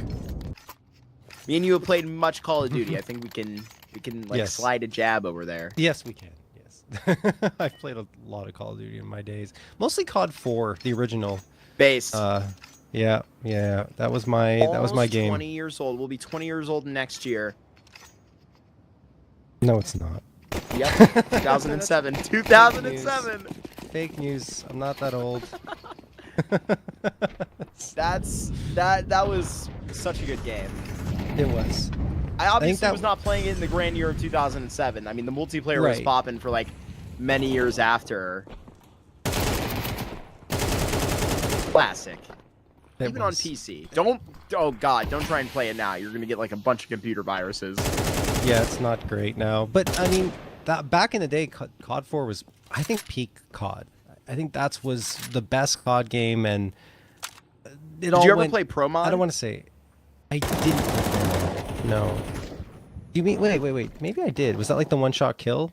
Like, yeah. Yeah, I did. Yeah. They like re-released some sort of like project Pro Mod thing a couple of years ago. It was towards the tail end of COVID. It was quite fun. That wasn't bad at all. I miss COD 4. I miss that era of gaming, to be honest. Anyway, let's get back into the action here. Trey's going to come through. It is Falcon and Biru dominating once more in this round, and DRG, along with Pank, they don't have the money to go for this, nor the utility. I feel like it's just duck and cover, over into CT spawn, and that is exactly the case. Falcon and Biru, this is what they needed. Couple of rounds in a row, get back into the swing of things. Get yourself stabilized here in this first half. 4 rounds at a minimum, and then you're looking at a prime opportunity to get back, in contention on that second half of play. I know earlier I like even made the comparison of like the new bomb thing to like, it was like reminding me of like the Call of Duty Zombies little nuke thing. There's even, I believe there's an article over on Hotspawn that, alongside the Thunderpick news, there's CS2 news as well, that it explains a couple of those changes, I believe, thoroughly. Obviously, there's been a couple of patches to go alongside and, like, work every issue out. Like you mentioned, the 1 HP no longer there. Hotspawn.com. You can find out more about that.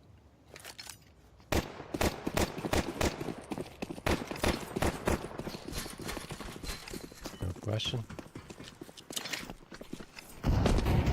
1:45 on the clock.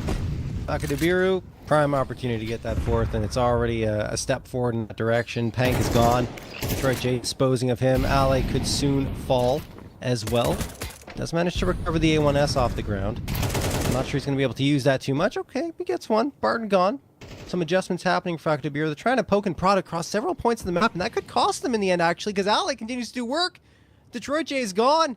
3v3. It's another gun on the ground, so CLD could potentially recover it. We'll see if he's in a position to do so.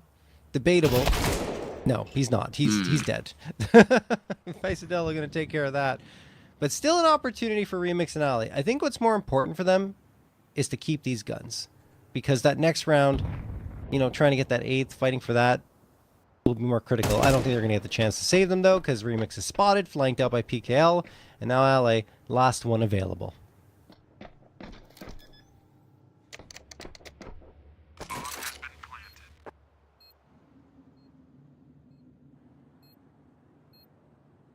Fake Dubru are putting themselves in a spot where if they get a second half pistol, they are, really in a point where they're going to be a threat of a comeback. I mean, certainly to a 4th or a 5th here, but a turning point, you're really providing yourself with this extra effort through the first half. Uno Mill can also help themselves out by getting this 8th here. Make this lead a little bit healthier. That's why I feel like the timeout is coming from their side. I think it's important for them to get that 8th for themselves, just to get that confidence going on to T-side, like you said. And I mean, also considering the amount of CT success they've had on this map, they kind of expect themselves to get a strong lead when they go to their T-side. Definitely would prefer to end stronger, Yeah, absolutely. But I think you know, Biru, you could argue that they also want that because they just got three rounds in a row, right? And it's going to be a fourth here, and they're going to the second half feeling fantastic, even down 2 rounds. Who could be that team? KL may have a little bit of a private drop here onto Ale. Does get taken away. Tadillo follows it up, takes away Pank. Sort of the food chain right now as they work it up outside. That's sort of a disruption of the status quo, though. I feel like Hard Zao goes on that lurk a little too early. He loses his life at a minute 15. And Pesadilla comes right on back to make it a 3v3. Yeah, that's a huge kill to get, and you clear out a known position. CLD waiting on top of hut. Biru grouping up, deciding where they want to go, all in the same vicinity, which is also to their advantage. 48 seconds left to make a decision. They're choosing A. CLD has utility in his hands. The RG only gets 1, and Barton puts him down as well. 2v1 in favor of Biru. Ale's all the way over towards the B site. He's going to have to take the vents up. Is it being watched? Sort of. Detroit J has a smoke in front of him. Oh, might not see this. Valley takes the right approach. This is a weird situation for Biru, and Ale could capitalize on it. But with that smoke fading, it's a little less tenuous for them on this post-plant hold. Ale making a move, looking around. Detroit J is tucked in a perfect spot. I think he's got this. He does. Detroit J helps Biru get 4 in a row to close out the first half. That's really excellent. We drive it all the way to the end. Get everything you could out of that first half. I was saying, let's remain realistic. Okay, Biru said we were. They won every round after that. 4 in a row. 5 out of the last 7. Keep in mind the start. I would say that's pretty substantial. Yeah. Oh, no, that's fantastic. It really is. This was a very difficult start for them. If you look at the actual numbers, they won that 1 and it was isolated. They were down 5-0. They won 1 and then 7-1. You're just like, oh man, what do we have to do to get around? And they just pull it together. I think they had called a timeout in the mix as well to talk things over, and that ended up being critical for them. Anyway, let's jump into the pistol round and see if they can continue this streak. And well, it's looking pretty good so far. 4v3 advantage. PKL might be overextending a little bit. Ale and Hard Zao in a duel as well towards the A side. It's a little messy, but Hard Zao with those dualies and a few extra bullets in the magazines will win it. 4v2 now, and now only 1 remains. It's Remix. What can he possibly do? Well, at least he gets 1 onto Hard Zao, but he's still got 3 more opponents to deal with. 250 gonna come and walk this way. It's talking about the threat of this pistol and what it could mean. PKL knows that. Probably the comm is, let's not peek right now too hard. Detroit thought he had something there. That's why he went for it. But there is the actual collection of the kill. Biru, a real threat of a comeback now. A difference of 1, but a pistol that's going to go for a lot of value. Yeah, that's really huge for them to get. You know, right off the bat, they show, okay, guys, you thought that it would be a reset at the half. No, it's not. We're going to continue our run, 5th in a row. And probably 7, because there's no bomb plant there, meaning that MILLE don't want to buy up in this one. They're just going to get a singular deagle, and that is it. That is the extent of their investment into this round. Incendiary tossed in towards outside, trying to keep MILLE bottled up. Oh, nice shot from Remix. Okay. The lone deagle. The $700 that was invested into this round is all in his hands, and he delivers with an opening kill, and now likely hunting for more.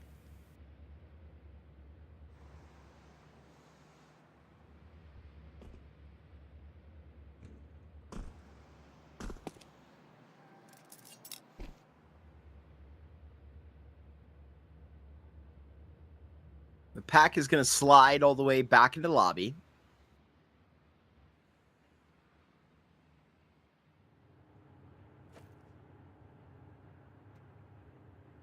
Headed towards ramp, headed towards A. What are we feeling, fellas? Seems like Ale Gonna wait here inside of the door. What is he gonna try and like pop out and get like a plant after, maybe down the vent? Here comes this Deeg to take the fight. Oh my goodness, Pink found that on the Barton. So they genuinely may actually cause a rotation, though no bomb has been seen. Now, no players that will be left alive, excuse me. Towards the ramp. There's no way this is working. Oh my gosh. Ale, offside a Hutton gets that. More credit to you. It's Fake Duberu that tied the game, but a bag of money drops to Uno Mill. Oh man, that's fantastic. 1,000, as the name would suggest.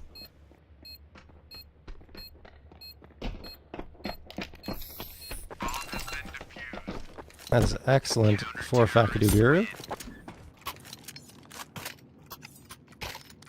And that extra bit of money. Now we'll have a full buy coming through.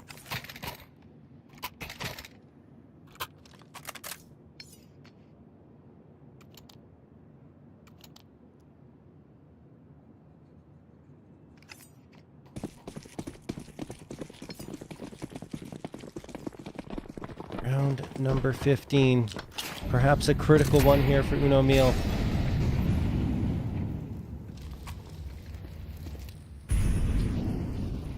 Taking their time on the approach here, Mark. They don't want to rush into anything, it seems.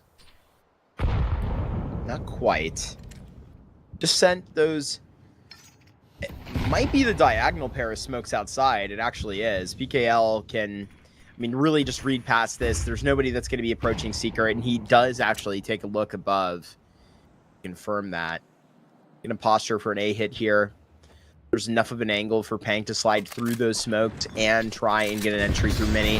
Here comes the actual play. TRG is going to try and fly out Hut. PKL does have CDL, but there is Pank and Ale going to crunch upon this door position. The only player that can really assess the site is Detroit J. They're going to work hard to try and get him out of position. Uno Mill launched into the T side with a very effective hit. They clean out Fake Duberu and what they were actually proposing for the first gun round here. Really well done, John. I mean, 4 alive. Barton is the one that's walking away. That had legs to it. Multiple components of those diagonal smokes just straight to the A hit.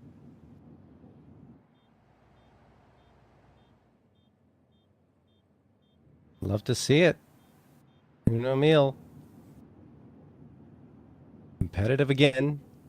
Feels like we're watching Cash on replay in some ways, with the, at least in terms of the way the rounds are going back and forth. But it will be an 8-7 lead for Uno Mill, as Barton just saves the M4. Oh, okay. DRG and Remix fall. Even with the changes to the bomb here, still difficult to find safe haven. On Nuke, anyway.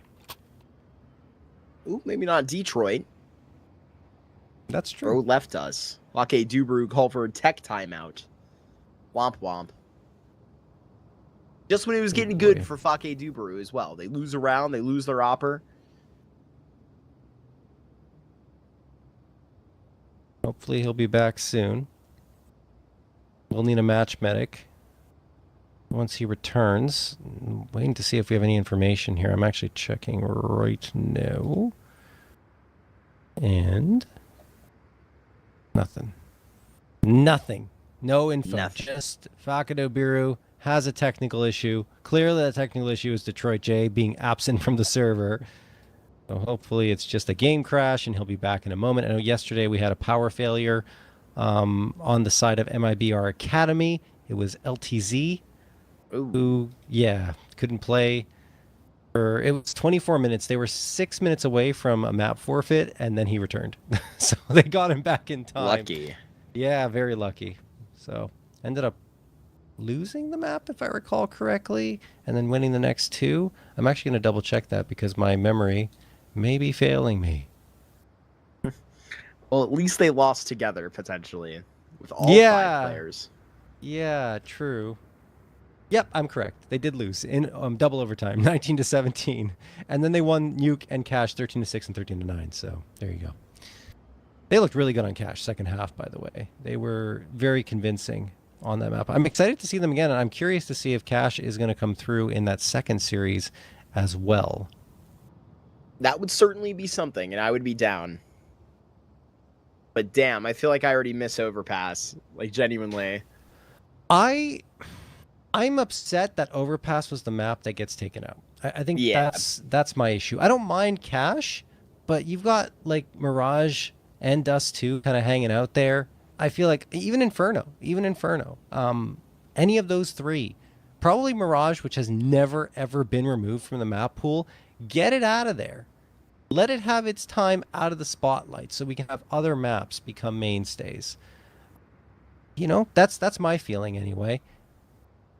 I agree, quite frankly. I think there has got to be a consideration of a mix of that and just like, is Mirage too popular? Like, is it too, I guess, core of a component of the pool to remove? I think even that might be blasphemous, what I just said. You know what I mean? Like, Yeah. Should any map be not removable? And why is that map not Nuke, right? I mean, Nuke got taken out of the pool, and Nuke's the most goated map ever, right? Right. And so that's what I mean. Like, we could take out Mirage, like, I don't know, retexture it maybe. That would be obviously a very large thing, but obviously, like, when maps leave the pool, obviously there doesn't need to be like an entire reinvention of them. Sometimes you can just like swap them out for variety, which I think is kind of what you're saying, and I kind of agree with you, especially for where it's seemingly taking out like one of the, more, stylistic maps in terms of the slower Counter-Strike. You're taking out Overpass and replacing it with probably something that's going to play similarly to an Anubis or an Ancient. Yeah, no, I mean, I just feel like Mirage doesn't have to be there all the time. And it's just, yes, it's a fun map. We've seen a lot of fantastic moments on it, but we had a lot of fantastic moments on Cash too. And it was removed 7 years ago and didn't return to the pool until now. We've got moments on other maps. Train has been extremely memorable in terms of what it delivered. And they just took that out of the pool when things are just looking good on it. So I just don't follow the logic. Maybe we need to expand the map pool a little bit too. That's another thought. Yeah, you see, that would change the way things worked in Avito, for example. I think you'd have to have an odd number of maps. So you'd have to introduce 2 new maps and then keep it at a pool of 9, for example. I think that could be cool. Like, why not? Right? Like, it's something to consider. We've seen so many changes come for CS2. I wouldn't mind a wider map pool for teams to choose from either. And also it allows us to see more variety without necessarily having to sacrifice Mirage. If people really want it to be there, just add 2 more maps and that's it. Anyway. And I haven't actually gotten to like play on this update at all. But for example, I believe they just added like a couple. I mean, I was, casting with Brandon Dog yesterday. I actually took his cast today. I know you probably wanted to cast with Brandon Dog. Everybody does. Don't worry. But they actually added dogs to Counter-Strike. They like have a map that is like a hostage rescue map where the hostages are dogs for some reason. Really? Yeah, and it's like a dog on your back when you pick it up. That's adorable, and I want to play that map right now. Also, and I refuse to shoot anybody that has a dog on their back. That's true. And before that, Mark, do not sell yourself short. I love casting with you. I love casting with B-Dog. I love casting with, everyone. So don't say that. You're absolutely wonderful to be with. So but don't I think there sell were 3 yourself other short. maps added, right? Like alongside that, probably there one were, of them yes, were maybe hostage, but like, I don't know, Ancient was a map like that, and I really hope that as the game resumes, like potentially in the future we'll see a community map like that get adopted again into the pool. Agree. No, I'm with you. I'm totally with you. I think it would be great to see that happen, or an expansion of the map pool. I think that's also something we should be open to. Cobble was a map. Cobble was fantastic. I mean, that's going back to my playing days, even. Yeah, like oh god, I love playing Cobble. It was so great. Anyway, we're back into the action after all that talk, a little mini podcast. Hartzell with the swag 7, pulling off 3 in a row here. Fakadu Biru have come back off of that technical timeout with authority. Hardzao does eventually fall, but he delivered the highlight of the round. Remix trying to one-up him in a 1v3. Eats a nade going down to 45. Detroit J finishes him off with a scout. What a round by Hardzao, delivering an 8th for his squad. I mean, talking about profitability too. 3 shotgun kills is something like, I think $1,800. That's so good for Hardzao, handling a big A push that was coming at him. I mean, you can get some healthy shots out of that Mag 7. Strangely powerful. You ran around probably in nuke, I would assume, on like competitive or something, and like destroyed players with that. That's the weapon of choice. That's a round I'm gonna love. That's big respect for Hardzao. He's been pulling out the auto shotties a couple days in a row here. Told you I got to watch him yesterday. Genuinely the best map to do so. No question. Arguably. Not the most common spot though. Like usually you're holding the shotgun from top of hut and not necessarily towards silo or default, but man, he made it work so well. Made a case for it being more common, I would say. Anyway, MILLE and Remix looking to move in towards this A site. Detroit already hit a ripper of a shot, but Pesadillo can't capitalize there. Hardzao will succeed where he failed. Detroit J gets the shot onto DRG, and CLD can get to. What? I thought he was dead to rights on that swing, but no.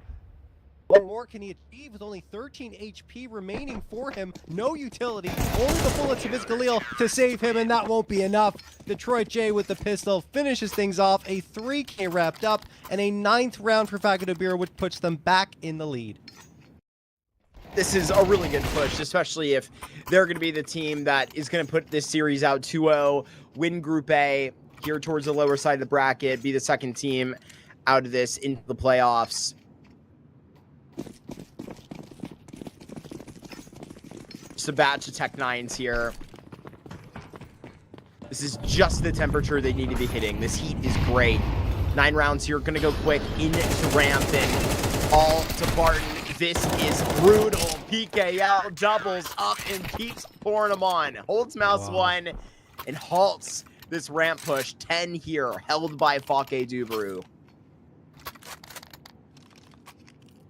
Goodness me. Feels like things are starting to tilt heavily in one direction, and that direction is Fakadu Biru. 3 rounds away from the 2-0 and advancing to the playoffs, eliminating MILLE in the process. Something they have done previously.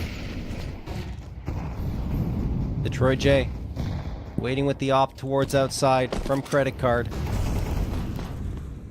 Looks off now. Hardzao getting aggressive. Ale walking into his crosshair shortly. Hardzao will lose the fight. Ale hits the headshot. Well, man advantage gain for MILLE, something they haven't been able to find very consistently in this second half of action. Incendiary tossed in by Detroit J to try and keep that box positioning under control as he fades away.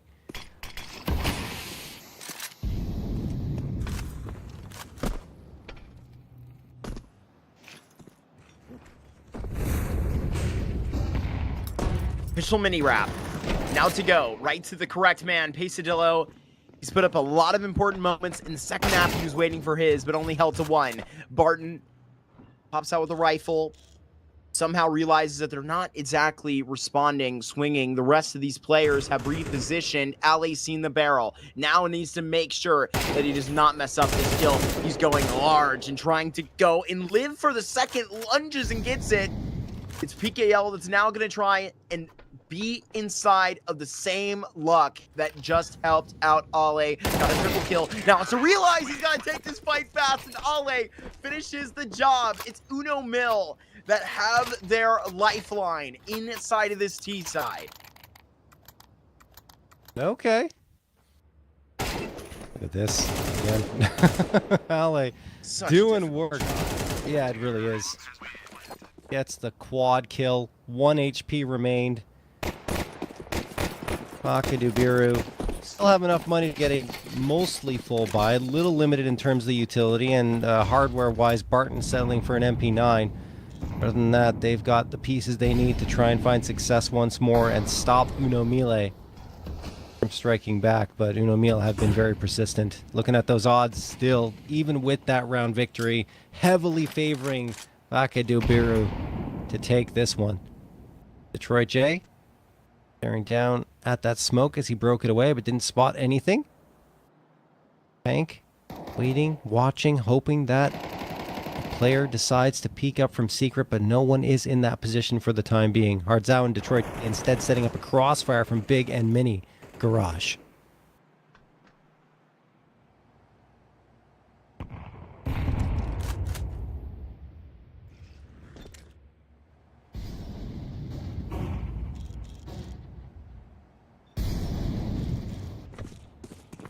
MILLE passes back into secret. Honestly, been a minute since they've stepped down here.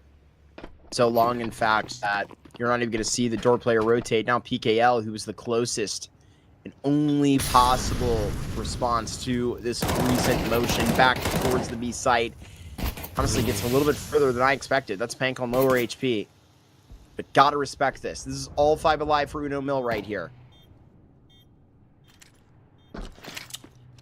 What are they going to do here? I mean, flashbang tossed in. There's a player coming from Decon. Oh Hardzao gets one. Pesadillo, another, a 5v3 just like that, but the bomb is ticking down. Detroit J makes things a little more comfortable by spotting out Ali with the AWP. CLD opens door. What? Stops the diffuser, gets a spray transfer, but it's still not enough. They should be able to get the diffusal. I believe they have the kit.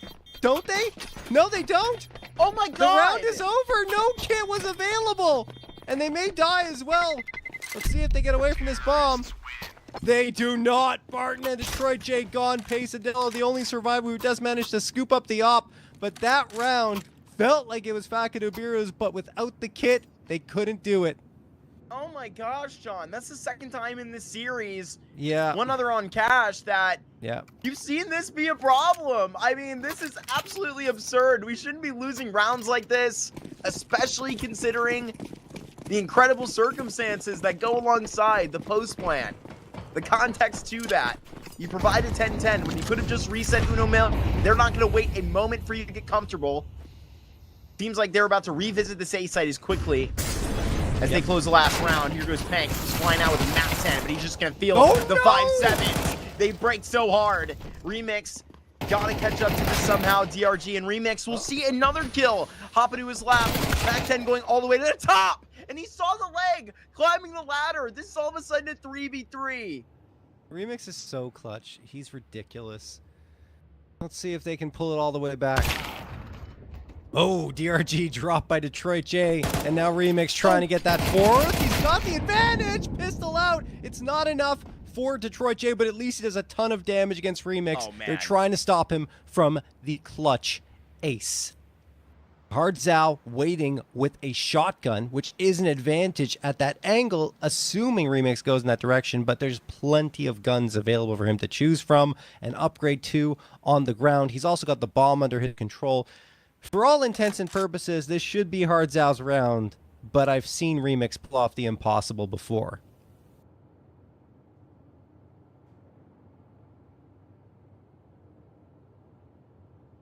We'll try and walk this way.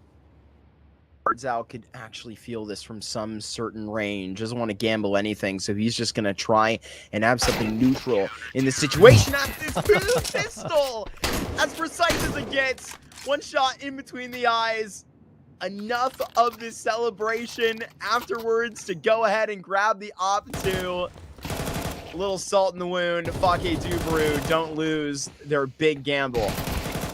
I mean, that was a half buy coming through from Biru, but I think Detroit J on the op was the most important element. He gets one crucial frag in that round, and after that, Hardzao surprisingly doesn't go with a rifle. I thought he was going to pick up a rifle in that position. He could have. He had plenty of time to do so, and they were everywhere. Instead says, you know what? Pistol's enough. I know he's been damaged. And it was. Goodness me. 11th round found the hard way for Biru. And then Hardzao just the spam through the smoke. I was like, what do you mean? How? Why has this happened? And he was the one with the rifle. It's going to be difficult for MILLE to justify chasing that rifle down or trying to recover it, given where it was lost. And And now they're just going to try and charge in with the pistols. So far, not too bad. Get one, trade it out immediately. More trades coming through. Back and forth we go. Eggs belong to Biru, and now it is their round completely with PKL's 3-piece. It's their spot in playoffs to lose now. Uno MILLE, our finalists, runner-up from Series 1. At the stoop of not even making it past groups. No, that can't feel good. But they're not sitting on it exactly yet. I mean, just at 12. They've had plenty of push in this series, specifically on a nuke. Had to get themselves back into gear. But don't let this be the end. Not now. Remix playing so good. This has been a great stretch out of him inside of this tournament. You just haven't got a great map at a Pank here in the second. They're going to call back-to-back timeouts.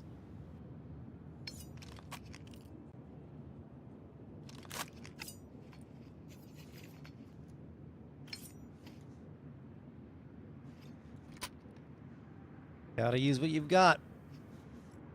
All the timeouts gone for Uno MILLE. Hopes in Thunderpick may soon go by the wayside as well. Not much money either. This is not the buy-up they're hoping for with their lives on the line here in Series 2 South American Thunderpick World Championship 2026. 2 Galils, 3 techs. Util's okay. Let's see what they got, Mark.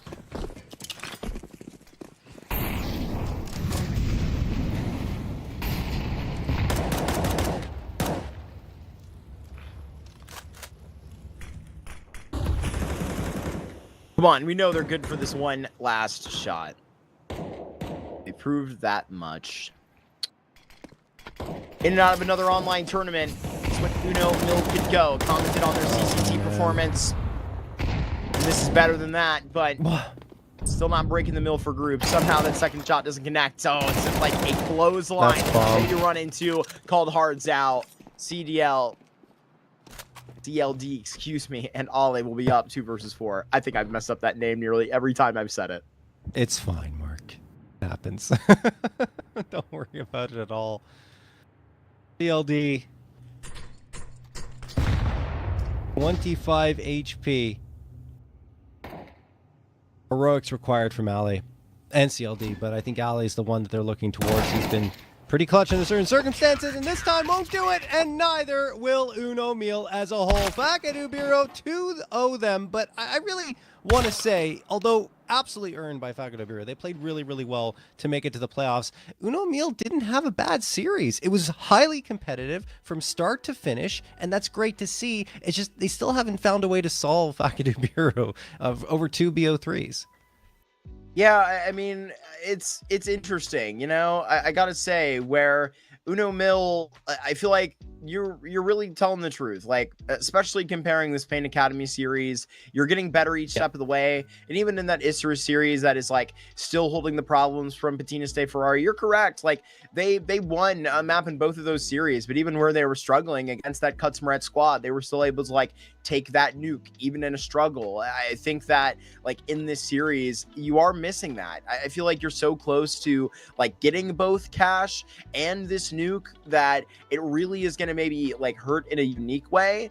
You missed this playoff right here. I don't know what else Biru, rather Uno MILLE, like have in front of them for the time being in terms of like tournament opportunities. But of course that like, you know, second place in Thunderpick is going to do them well. They have Series 4 of CCT in front of them to look forward to. But I gotta say, I think not even making playoffs here is going to make this result from where it was starting to look better feel just that much worse. I agree. And I mean, let's check out the bracket one more time here for Group A since it's completely wrapped up now, and talk about which teams qualified. Of course, Uno MILLE, like you already mentioned. Oh, okay. Sorry, we don't have that yet, unfortunately. But yeah, either way. So Uno MILLE, regardless, you know, is a team that fared decently in the past in the tournaments they played recently, but as you mentioned, just unable to do it. Biru, move on. And I think that's the discussion I want to have now. Just a team that has been resilient. You know, they've had their struggles as well, but they come through here and look very solid after losing to LP. You talked about it when we were leading into this series, Mark. LP were taking care of business up against Biru, but they come through here and looked like a team that deserves to be in those playoffs. I mean, they were really fighting tooth and nail to stay in some of these rounds. Yeah, I mean, Barton has, you know, so far played 10 maps right now for Biru, and it really feels that, honestly, this is probably like a bit of the upgrade they need. I don't think he was like, you know, popping off with like too particularly of a good tournament when he like was first rolling with them inside of CCT, but actually Thunderpick would like, you know, give that a different role. He had a really nice series there versus Pain Academy, kept it okay, I would say, inside of that Isurus series. Definitely had a drop off there on Nuke, but I've in this series puts up a good one as well. And I wouldn't be disappointed if I saw like Barton stay on this roster in place of Turtle with Basadillo as the 5th. I do love Turtle, but it feels like a different 5 could be, you know, better for him as well. So it's interesting, right? It's not necessarily, you know, the skill levels of the players and how well we know they can be. We know there's different personalities, but, you know, behind all these faces, John, and you just got to figure out who the right fits are. Absolutely. And the other team that advanced, of course, on the other side of Group A was Isurus, which you actually mentioned earlier, Mark. But yeah, they did a great job. They beat Biru 2-0, and that's what sent them down into this matchup. Biru would not be denied, and they end up going to the playoffs as well. All right, I think we've summed that up pretty well here, folks. We've got an extended break coming up, about an hour until our final decider match. It's going to be Yawara up against MIBR Academy. It'll be an exciting one. You don't want to miss it. But before then, a break.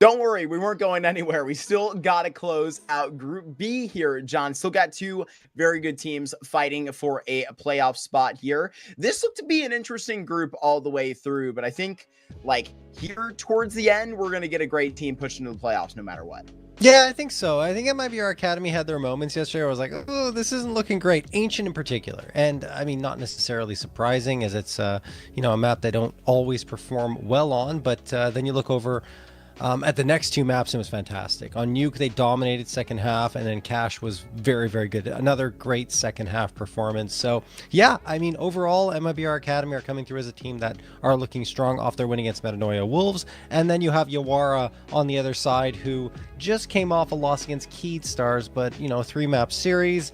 Very back and forth in terms of, which team had control of which maps. But at the end of it, they had to suffer that loss to get to this point. I think that when I look at this one in terms of the performances from Yawara, how they disposed of METANOIA Wolves pretty handily. You look at that 2-0, they didn't lose a map versus MIBR Academy did lose a map, transitive property, blah, blah, blah. Maybe Yawara ends up being the better team. But overall, I think MIBR Academy have a lot of firepower on their side, and they could be underestimated oftentimes.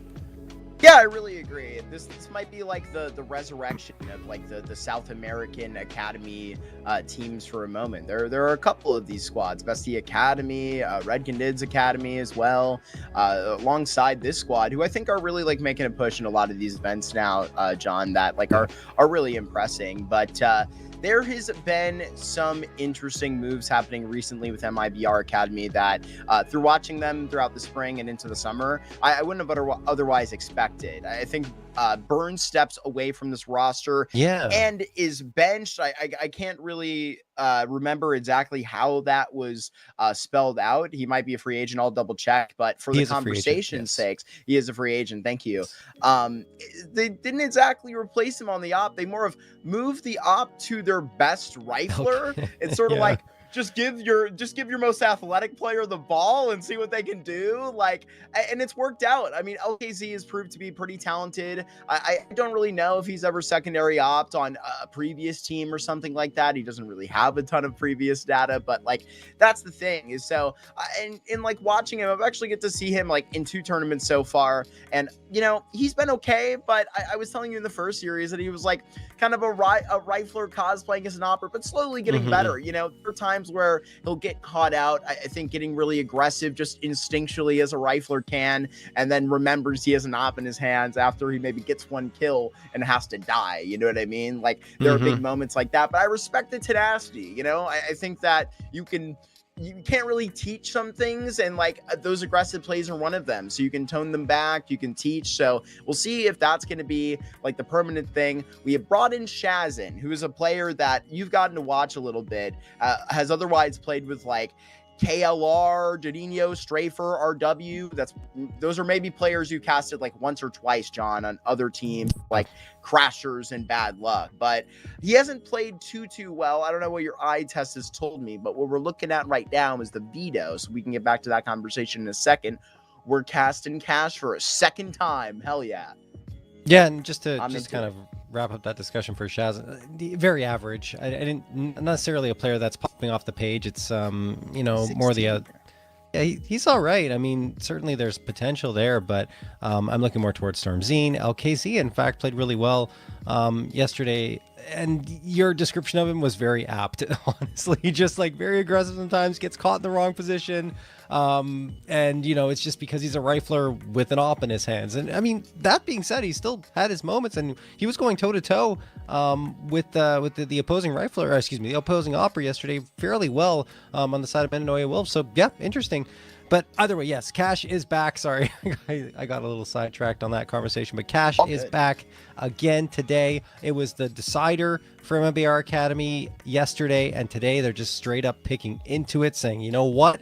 That went well. Let's see if lightning can strike twice. Mirage coming through afterwards. Yawara almost, I mean, when Dust 2 is not their pick. They go to Mirage, and I believe they could have really gone either way, but the reason they go to Mirage, they're just feeling good, I guess, lately with the way they performed on it. They got a win against Sharks, 13-8, even though they had 2 losses before that. I don't know. Both maps were available, and they chose Mirage in the end. And then Anubis is going to be the decider. Should we get there, it'll be quite interesting what these two teams can bring to the table. Now, the question is, do we get there? Is there a 2-0 on the cards?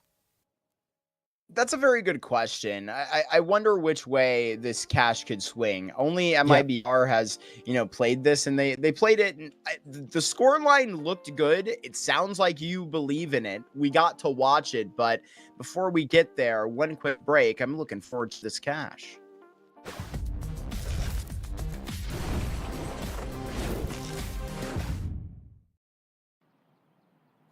Well, I guess I didn't have to wait very long. Here we are.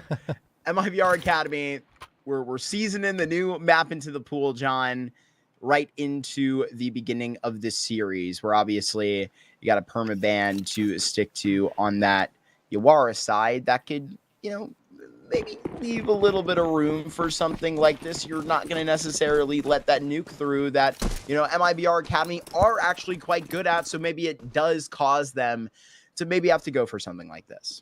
No, it makes sense given the success yesterday, and I feel like, they could very well replicate that given how well they played, especially in the second half. And that second half yesterday, I believe, was T side. I can't remember, but Telly, yeah, gonna get the headshot. Telly D coming out here, looking for another one. Won't find that. Jerry takes care of business, down to a 4v4 now, and I just want to double check the cash stats to see if I'm recalling correctly. And yes, it was T-side in the second half. I did remember that second half correctly, and it was dominant. Like, after losing pistol and the conversions, they just didn't lose another round. It was over. All the rifle rounds went their way, 7 in a row to take the map.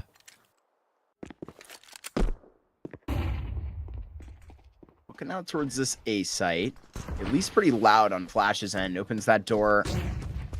Maybe a little bit of concern. We look towards Jerry, who just seemed to have very well-timed smoke. Oh my gosh, he absolutely mauls Demo with the Glock. Wipes him away from the A side. Wreck also getting mobile. Big development. Bomb drops. Announced Chazzing around the corner. Big kill by the rookie. And Jerry's waiting here for the push. It should be a freebie. It is. And he gets the second one, or an opportunity at it. And yes, indeed, secured that. 4K for Jerry on the round in MIBR Academy, as opposed to yesterday when they lost the pistol round when they went to their T side. They win it, which is very promising.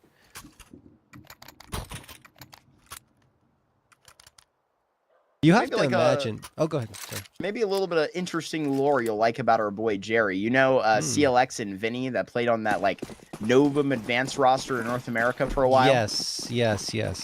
They actually played with this guy back in intermediate. Wow. Yup, back in season 43. If you go on the Liquipedia page, you can find this guy's announcement post under MIBR Academy, or rather MIBR's Twitter. You'll see a ton of NA names given a congratulations. You'll be like, I wonder if they were all pugging with each other back in the day. Probably were. A nice little bit of lore there. Thank you, Mark. So we claim Jerry. Always good to bring. Yes, I was going to say. Oh, yeah. Flash going to get an easy 3K. Yeah, that's no problem at all. Up against the pistols. Teledi and Rekt, last two standing, and they won't be for long. Rekt has been knocked off his feet, and Teledi. Okay. Okay. 2K for Teledi. No reason to really engage with him. They don't even have to fight him, though. They can just wait. But, yeah, LKZ, you don't run A main. That's a bad idea. You're exposing yourself to Deagle. I would say don't show yourself at all, but now Teledi knows where he is. This Deagle could get very scary very quickly, but they isolate it well, and Jerry will get the last. Cash and Deagles, John. Think of all the clips. Indeed. Think of Nico. People are like, this is a conspiracy. Valve added this to buff Falcons. Remove their permaban, add Nico's historically famous map. That's actually pretty crazy. Yeah, the dots start to connect when you say it like that. I mean, they just won a major. Now they get even more of a buff. Yeah. I'm excited to watch this Aurora team, man. This is going to be crazy. Mm-hmm. But yeah, I would be mad if I was a Turkish fan. They've cut the core. So is it a Turkish team on HLTV? Let me check. I've not looked. Because you know at what? that. Like, Liquid did this to me too, you know? In case you Aurora, guys need someone to talk to. They are a Turkish team on HLTV. Okay, there you go. Yeah. Got old Jimmy. Dixon. Jim Fat, yeah. Kixon, Zantaris, Woxic, and Wicadia. Team's going to be sick. It's still a Turkish core. I mean... Can't complain. Can't complain. Yeah, yeah. Got people on, like, I can't remember who it was in HLTV confirmed. They're like, gonna cut Zantaris eventually. I'm like, don't say that. Hurts my heart. Hurts my heart. I don't know what it would right now anyway. Anyway, Zhao is gonna get Shazin. We have a 5v3. Telly, along with Demo, striking back. First gun round for Yawara, looking very solid indeed. That nade could do damage. In fact, no, it's LKZ's bullets that take care of business, but they've got a lot of heavy lifting to do. Trying to win this round. That Molly might be We'll get a well bomb placed. plant. No. No bomb plant. Yeah, Incendiary is pretty well placed. The pressure on anyway. Stormzine still alive 1v4, and he won't be able to do it. Pretty good CT round. Or is he even going to stop the bomb plant too? I mean, that literally is the difference probably in MIBR going for this and being way more comfortable with buying guns here. But I did mention, I was yapping about in the first cache that we got, what creative pistol rounds can we get? Squeaky pop. Do anything you want. I mean, I'm ready to see it. I may have to go through and, you know, enlighten myself with a little bit of cache demo watching. Is it obviously in play at this, what is it, XSE? Yes, I believe so. To see what's up there. I don't think I've seen much of it. I've had my own Counter-Strike to cast, John. Of course.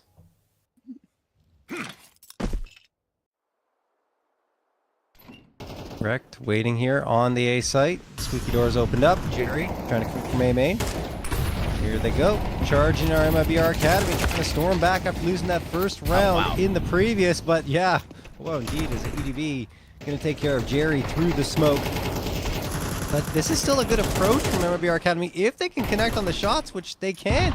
Stormzy finally does with the Tech 9, but Shazin can't get anything at all. And now it's all up to Stormzy with 12 HP, and these shots are indeed nice, crisp, clean, collecting all the frags they could possibly want, and it's tied up at 2. Very nice from EDV. This is a guy that was literally, I don't think even ever officially added to Red Candids Academy, or rather Red Candids played a couple of officials for them, but on Red Candids, like, did some really good work. Like, I was pretty genuinely impressed with him when I got to watch him at times, and then all of a sudden, like, rejoin the mix of those mixed rosters. I did mention back-to-back a moment ago, talking about Shazin's teammates' history. That's the mixed team he joined, and, like, started to impress, and I think that sort of got his name back out there, and Yawara are just itching for another young op talent. There's, like, good aura left in the room by Nardis, you know? Yeah.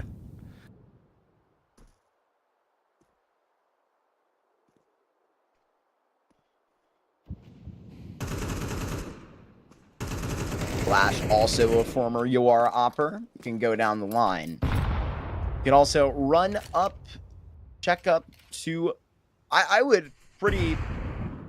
about to say a pretty great rotate. I thought they were about to walk out of A main. Are we getting boosted? Oh, yes, we are. This is going to be fun. But I got to say, can't see a bomb plant coming from this. No, I think fun, but for who is the question. True. I mean, look. For us? Yeah, for us, for sure. I mean, that'll always be the case. EDV going to take care of things, and I guess it's a party for him. Oh, maybe not. Maybe not. Stormzine going to get the headshot with the Glock. What? That's something, but you can't recover the gun. So that's a Pyrrhic victory. And it will be, in the end, Stormzine, last one available in a round that wasn't expected to deliver much, and, well, it didn't. Well, like, a good map to go on half buys and such with to really, like, stretch the money. I really feel like there is not a lot of wiggle room here for easy bomb. Oh, my gosh. Dude, Zhao, kill him. Dude, he has a... Why wait? What are we doing? What is All that? right. I thought he was going to, like, wait for him to maybe, like, hop on the plant or something. That's probably what the plan was, to get, like, an easy headshot. But it broke out all the way into tree.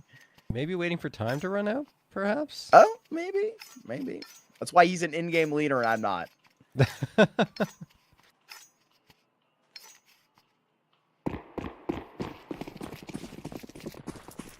Yeah, I feel like you can, like, finagle maybe, like, an easy A plant. Like, other than that, I don't know. Walking out mid, you're not going to be accomplishing much. No, you're not. Maybe if you want to try and get into the vent fast, like throw a smoke down, storm through, like maybe even a couple of smokes if you can afford it, and get into the vent. But I don't think they had that, so it's very difficult on the approach. Now this isn't too shabby. Guns are back out. Flash going to get one onto Rect, and the follow-up on Teledi. Zhao does manage to find a response, and Flash is quite low in terms of health, so this is not over yet, let's say, for Yawara. But they still have to deal with the man disadvantage and a readjustment from MIBR Academy, which could be a very good call with only one player left on B right now, should they rotate in that direction. Really loving the way that Flash is looking so far. Pretty good couple of steps. At the beginning of this round, too. Excellent setup by MIBR Academy. It looks like put in the prep to go for that series where it comfortably slipped through versus the Wolves, and now they want to find to pick it into this default. We were kind of just waiting for that lunge from the CTs inside of A main so you can react if it does come. Then later in the round, you'll have access to A main.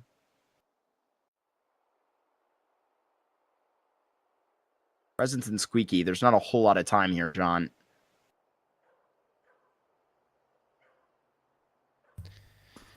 No, there isn't. You got to get a move on here if you're MIBR Academy.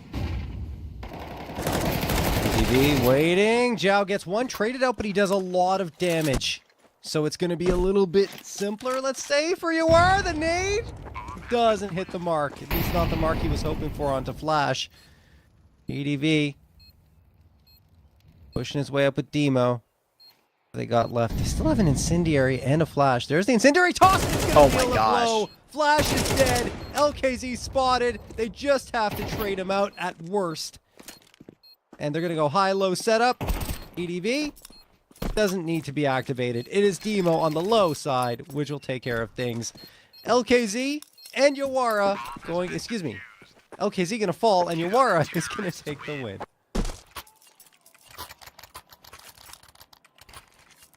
Hey, man. This is what Zhao and LEZ got over the youngsters. Maybe a little bit of cash experience in their pockets. Just in the total amount of their, official careers.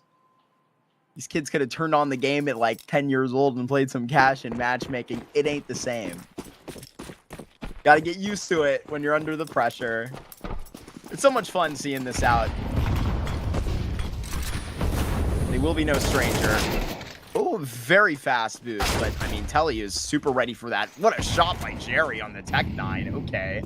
That's a really good trade. And this is just like a half investment coming through from MIBR Academy. Zhao's got this, though. Jerry taken care of. Oh my gosh. Practice wrecked. And yeah, Demo, I think that's who you're talking about. He's on a monster flank. He didn't even have to shoot there. But there is the possibility that Chaz would have turned around and created some chaos. So better to take that, and you've got teammates over towards mid to try and help out. Great shot from Stormzine. However, Demo almost ends the round himself. Nice reaction from Stormzine to bring this down to a 1v2 and still make it possible. That's what you want to see. Slick shots out of Demo. Rex also looking like he's about to have a pretty good game. Generally, all of the members of BR right now have pretty good distribution. Here goes Stormzine up highway alone. Is going to spend a lot of time working his way up, where Rect is just going to be an A main, not having to really worry about much worry about your next step, Storms in, and essentially the bomb plant. It's very hard to get down from here quietly. You're just not going to. Storm's going to try and clear out a main. Wreck just too tight to the corner, and he will tip him over to take the timing. EDV now will have a long rotation, a 1v1 against the in-game leader. What's the next move here? Out of Storms, and it's going to be a smoke wall to work with only about 5 more seconds on. Look at the utility EDV has. He has a full belt available to him. He's not going to use any of it yet. He's just going to get the high ground, hoping to spot out Stormzine. But he has to make some... It's not to make noise. Yeah, he does. He falls down at Fork. That's going to be hurt. He's dead. He's probably dead. Oh, no! No, Stormzine! Don't throw it! Oh, my goodness, he doesn't. Oh, man. He had that one signed, sealed, and delivered and almost messed it up. But it's okay. He does secure it. Now MIBR Academy on to a third.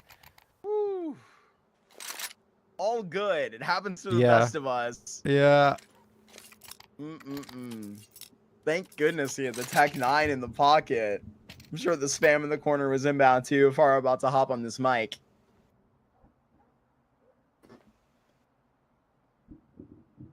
Yeah, they got to talk about that.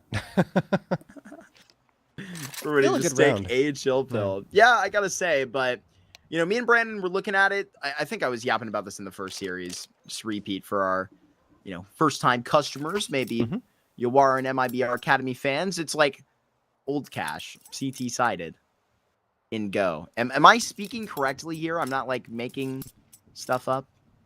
In terms of it being CT sided? No, it's CT sided. It was CT sided. Okay. There you go. You're good. Like the culture hasn't changed, dude. I was like 14 years old playing this map, man. Fair. It's man, for me it was really back. I was playing competitively back when Cash was still in the pool, and I remember practicing all my smokes and getting ready for matches and everything. It was pretty fun, and it's still very similar. Like if you go towards a truck smoke, you line up with the tire, the front left tire, and you throw your smoke. I know the lineups essentially, so like just because I used to play it so often. Anyway, let's talk about this match. These guys are playing monotonous. LKZ gonna get one. Zhao and Rex strike back for a couple. But Shazin's going to control things enough for a bomb plant to come through. 3v3 as an incendiary goes into Fork. Flash is going to have to back off that position as a result. And oh my goodness, he just barely escapes as that smoke fades in towards A main. But LKZ is missing shots, and he's lucky to be alive, quite honestly. EDV takes a pretty significant shot in this, but here's the return. Shazin, Impact, finally saying his name. A double kill inside of this round. And LKZ, I think, is going to send EDV packing with that next kill. But in transition, still not going to let them get out for free. EDV should be good to sit away. LKZ should also probably be fine from the bomb going off. Yes, he is. Never too sure myself yet. I mean, if he's just, like, in T-spawn, like, it'll be good. Like, he didn't take any damage at all. And he was just, like... in A main. That makes sense. Sort of. No. I guess. Yeah. No, I mean, look, I think the bomb damage is going to need some tweaking, and we have to understand exactly what the system is going to end up looking like in the end after all the adjustments, but overall... fast boost action. Yeah. Oh, man! That's a nice play. Yeah. Flash going to get the opener, and that throws Yawara for a loop early on in the round. They lose mid-control off of that. Shazin already in A main. Direct boost up to Shroud. Like I said yesterday when I was watching MIBR Academy, they were clearing Shroud very consistently. They were not allowing teams to catch them off guard in this position. However, that could make things a little more difficult. Upgrade for Demo immediately as he takes down Stormzine. Now he has the AK, so focus may be drawn in that direction. We'll see. Smoke going to get tossed for the cross. Now a Molotov as well. Still a minute left, so MIBR Academy don't have to rush anything, but EDV will connect to the Jerry. Now they are indeed clearing Shroud. At least they did that again, but EDV collects another scalp as it's going to be a 2v3 for MIBR Academy to try and fight back from, and that is not great. It's down to LKZ again in a 1v3 with his AWP. EDV with some great pop shots. Just had Jao rotate in into the breathing room on this op, would have to hit one hell of a flick, and there was an attempt. It's Demo that sneaks right back out of Squeaky. Both these A players producing very, very well. And now the double op appears. This is where Cash gets scary. Yeah, certainly. I don't know if I would consider Cash to be a map like Dust 2 where a double op can be pulled out consistently, but you do have mid control where you can throw the op in pretty well, and B site as well. Even A, I guess so, yeah. I mean, I'm just trying to think like overall, you usually want to have those rifles out available, but if you can get the op shots to connect, then why not? Demo. Waiting with the op, misses the shot. That's the risk, you know, and now you could get closed in on, but that's not going to happen for MIBR Academy because they're stuck on pistols only.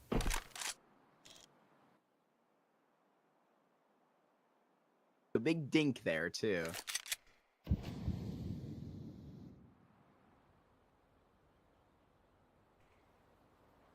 Bad time to pull out that double op. Yeah, sort of just where the eco comes through. Got to make sure you protect it. Oh, what do we have no here? No one's A. Knife pulled. See you later. But no one's A. Do a little bit of trolling. Wrecked is A. Okay. Here he comes. Yeah, and Teledy's watching. So Teledy's going to make all the noise. No one's going to be checking for A-main at all. Demo's gone, but Rek's position is very, very potent. There's zero chance they're going to look behind them. There you go. Rek gets one, Teledy another. And while Teledy will fall, I feel like the player on A side is in trouble. That's Shaz, and Zhao should be able to take care of Jerry. And he doesn't! Oh no! Here it comes, MIBR Academy! In an unexpected round, have come through here and made it a 2v1. All down to ADV, wow. He can't do it! No way! Jerry with 3! That shouldn't have happened! But MIBR Academy pull off a surprising round victory. I mean, that's amazing what they're able to accomplish right there. That's going to be a big blunder for Yawara nonetheless. Yeah. I mean, the first kill that they get, I don't mean to point fingers, that they're able to Glock down is Demo. After they dink him in the beginning, EDV would have had a very hard time getting back into the mix. Would have been probably a little easier with the rifle. I'm not trying to pick on him. He's the actual opper. Putting food out there for thought. Yeah. I mean, this is why, okay, Demo's going to fall again. Zhao going to get the trade immediately. This is why I was saying, like, double op on Cash. Like, I can see the thinking behind it, but a lot of the times in the retakes, the angles, like, where the way you have to maneuver around the map, it's not always great to have those two ops, and that's why you have to be careful the way you deploy it. Anyway, Yawara definitely want that one back. I think they also made a mistake by leaving the A site so vulnerable, and right here, Teledy gone. Rek alone on the site has to do so much work, won't be able to do anything. Erased. This is a 6 for MIBR Academy. EDV's also dead because he has no idea that Jerry could be here. This is going to be the easiest kill of the entire map. There you go. Now, Zhao left inside of T-spawn. MIBR about to get 6 on this T side, bare minimum. If they can get any more than that, then I would say it would be quite a success. Rifler's going crazy. Like, maybe you just don't even run LKZ on the op right here on the T side of Dash. You know, I really don't feel like it has much room to, like, actually have impact. Like, maybe in post plans, you know, it's hard to see it get going. You know, whenever you're opening up that A site, I mean, sure, taking pics, there are plenty of things you can do, don't get me wrong, but this is an MIBR Academy that's moved very fast, and it kind of feels like LKZ is getting left behind. Yeah, a little bit. I do agree with you. But he's still gonna keep that op in his hands for this last round of play. Buy-up is not looking great for Yawara. Couple of FAMASes, an MP9, a 5.7, and a Deagle. They are probably kicking themselves right now. It was 5-4. They had that opportunity to punish up against pistols, and they miss it completely. Drop the ball. And now you do have a trade here early on from Zhao and his Famas, but so much damage taken on the Yawara and 2 players at the half health mark versus only Jerry at half health on MIBR Academy. Look at that positioning on T Roof, though. My goodness, that's aggressive from Yawara. Zhao is the one up there. So, you know, that's kind of what you want to do on Cash. Very similar to Ancient in terms of trying to gain mid control and take some map back from the T's, because there's so much map available. We talked about it earlier. For the T's to maneuver, so you have to take some of it away. Demo's got a great chance to get a frag here. There's one, maybe a second. We'll see. No, only one. Although Teledi moves into position, Really takes well down done. Jerry, 3v2. I mean, they're working with sticks and stones in some ways in this round, or Yawara, but I mean, it's working. I was concerned about Telly's rotation, considering he was so close to the vent and then rotated just at the same time that the Academy appeared. Here goes that Molotov. It's going to be very close to LKC, who's going to re-smoke, sees the elbow, going to be under some pressure. And now Shazam will be under pressure, does put up 1 kill. Now just slide next to EDV in the smoke, who pops up with the deagle. But LKZ, he's quite active on that op and does secure a 7th. That's not an easy hold at all for Yawara. Not for Yawara, for MIBR Academy. As they honestly have to go in a 2v3 scenario, hold the line. MIBR Academy, or excuse me, Yawara was struggling to really get things going in terms of buy-ups, but man, they made every single bit they purchased up in that round work for them right up until the end, where MIBR Academy were able to strike true. And you just got to give a lot of credit, to those last 2 survivors there on the squad, as they made it work. So 13th round of play, pistol round in this second half. And I think MIBR Academy had 6 yesterday on CT. Yeah, they did. So if they repeat what they did yesterday, then they win this map.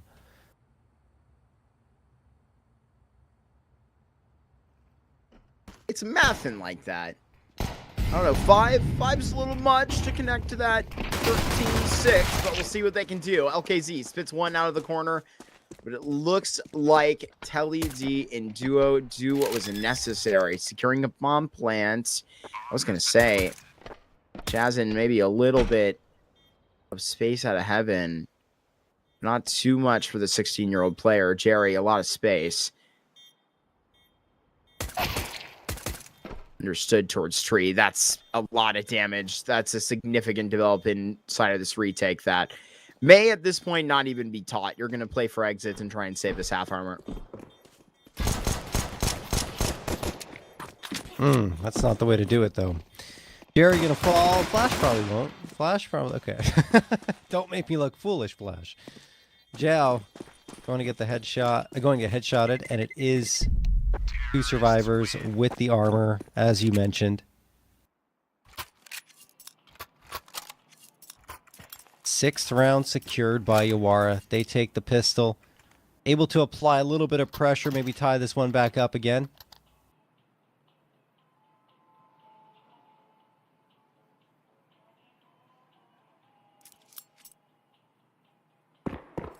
Force by to challenge that.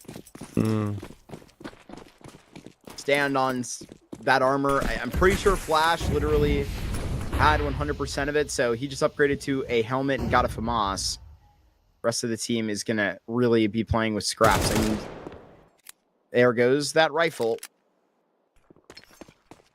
Had the fight, I suppose. Just didn't even seem to have a chance in the duel. Stormzen, I think, understands that there's somebody around, and LKZ will be taken away. This is a failure of a force buy. Yeah, actually, that was a harder engagement than it seemed like for Rex. It made it look easy, but, threading the needle like that with low HP and being exposed as you're coming into that angle, did it beautifully. Hit the headshot, 3K for him, tied up 7-7, as you mentioned, the force buy yielding nada for the Academy side. So they go into what is upgraded pistols, maybe just for these 2 players in Flash and Shazin. They want to keep the money healthy, a little bit of utility bought up. Yeah, that's going to be the extent of it. A flashbang, and 2 deagles. Who's gonna come in? Toward mid roof. And they're just looking at vent to make sure no one tries to sneak out of there, which doesn't seem to be the case.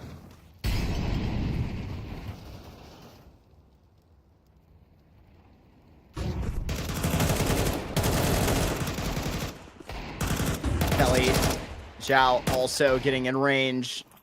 And they just clear out these pistols one at a time. I feel like Yawara are going to become a big threat on this T side, but MIBR Academy, like, got to get back into gear. Like, the CT side, I think naturally is just a, like, really big threat onto Cash. We'll see if that, like, you know, thesis is true. We'll test that hypothesis right here. Just a 1-round lead for Yawara. LKC Yop, that's what I'm talking about. Yeah, I feel like the CT edge isn't necessarily as... it's not like a nuke, right? It's not going to be to that point. I think that it's slight, like a 7-5 would be a standard scoreline for CTs. Because you can really pop aggressively on both bomb sites here. So, anyway. Zhao's going to get the opener onto Jerry. Yawara looking to extend their lead to 2, and that's a great start for it. Shazin flips back into the bomb site. Has to be careful about the way he approaches this.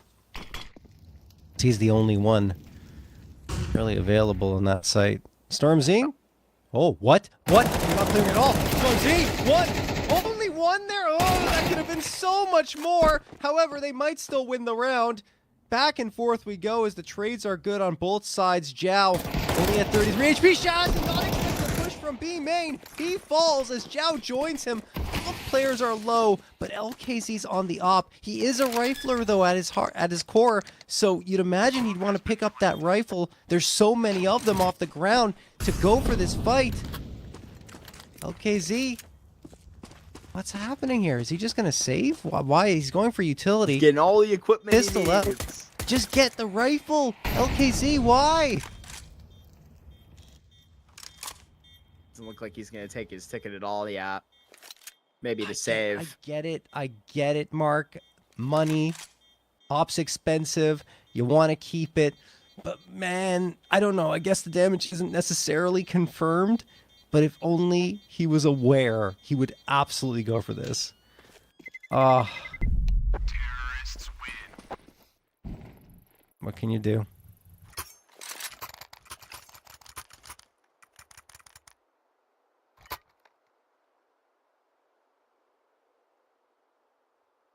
Like, it's a crucial opportunity missed, and maybe a more confident LKZ would have went for that. Not trying to make too big of a statement by saying that. Just having an off game. Timeout right here. MIBR Academy aren't in much struggle, but I feel like we're starting to be concerned. It's a 2-round lead for Yawara, but it's not quite that. It's just you're not going to have very many opportunities when it comes down to it on a CT side, and it doesn't look like this one is even going to be the full purchase. It can't even technically be that. I mean, just look at Flash's money. Lines up for where, maybe close to where Jerry is purchased. That's actually maybe a little too much, but who am I to judge? Got full loss bonus. We're gonna get 3,400 for this, so Flash gonna have, you know, just about 5,000. Same with Jerry, about 5,400. I love math. EDV loves ops. He gets that opener onto LKZ. LD looking over the tippy top of the smoke, not thrown perfectly as there's the gap above it. And aggression from Jerry, I don't think this is going to yield much. He does get one, but so much damage taken. He is ripe for the picking, and Wrecked will instantly trade him. Nice little attempt, you know, taking the aggressive posturing, right? Because you didn't have that much invested into the round, but it doesn't yield anything. Comes Flash taking contact with that 5-7, and Rex will just swipe that off the board. Flash sees Yawara not only survive with 4, but they grab double digits here, right? This isn't a laughing matter. MIBR Academy have to intervene now.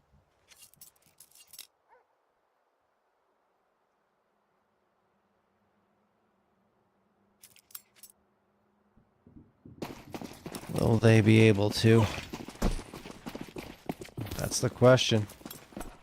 You lose here, you're right. Like 11 rounds for Yawara, your money's in the dumps. Sure, you have full loss bonus, but how much does that mean? You lose the opening duel, but Jerry comes back with 2 huge ones. He has been their best player far and away here on cash. Down to 13 HP, but he doesn't get traded. That's the important part. You have the psychological edge of the man edge, and now you have a 2-man advantage with Shaz and catching Demo trying to slip into the B site. Yawara have a lot to think about here with tons of time remaining on the clock.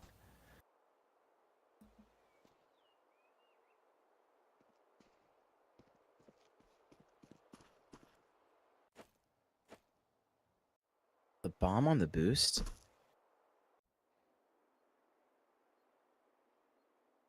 Clears out middle. Yep. Yes, it is. Recovered with 56 seconds. Can't catch a kill in sandbags because there's nobody there. Maybe because of that, they'll consider maybe the avenue of highway. Maybe MIBR Academy has done enough just to see Yawara step out of this round. In actuality, save inside a sunroom. That could happen. You could be right, Mark. But it feels like to me they might want to go for this. Yeah. They've got the money, right? Like, why not send it and see what happens? You just have to win a duel here on the site, and then after that, look for a player trying to trade. Smoke's going to be there. Molotov's perfectly placed. Flash is going to be in trouble. He's got to move. Yeah, he's going to get fragged out by the Molotov, but he gets a kill before that, and that's enough to prevent the bomb from being planted. So, round going to go MIBR Academy's way. The question is, EDV, does he die, and does he die after time? Oh my God. EDV! What is going on with that molly? After time! What'd you say, Mark? That molly was not taking him in the corner. No, yeah, but the bullets took care of business. I mean, the fact that he dies after time isn't that big of a deal because they have the money to absorb it. But still, that's a tough way to lose your op. I was astounded. Look at like the circle that was around him there. That was crazy. It's on a bit of thin ice. A great time for MIBR to get back into it and, like, you know, no allowance of the save of the AWP, right? You want to put stuff like that down. Absolutely. Jazin had a really good spot, worked off of just what Jerry did, or rather what Flash. We've seen these replays a couple of times.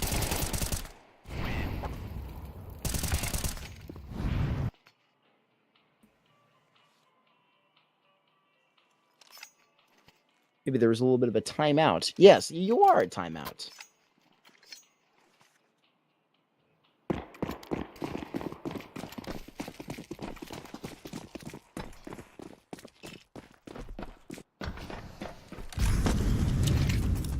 He starts out pretty aggressively. Yeah, they're just going in. They're just going to try and take B. That's what they called for on the timeout. Like, guys, we're just taking too long to get into the bomb site. Let's try storming it. Oh, big moment for Shaz. Waiting in the back. Yeah, checkers, and he only gets 1, but a lot of damage done that helps LKZ get the immediate trade afterwards. Man advantage taken, however, B site is exposed. Does react well, almost pulls to LKZ. Also, I mean, doing so much great work here. Rekt flies into a flank and gets flash. So much for keeping that advantage alive. I actually go back to bug them. I don't know if he ever hopped out of the vent. Does get into checkers now, and it'll have to be the full retake out of tree, but there's a fresh smoke here. A faded. Now, how much room do they have? Is that a defensive smoke? A little bit of a lapse. So you have security to peek up into the bomb site. The Telly will take that deal any day. He takes an AWP at the end of the round as well. Yawara, they deal for that 11th. And it's really MIBR under the pressure here. They have good enough money, I feel like, for a buy, but it's not great.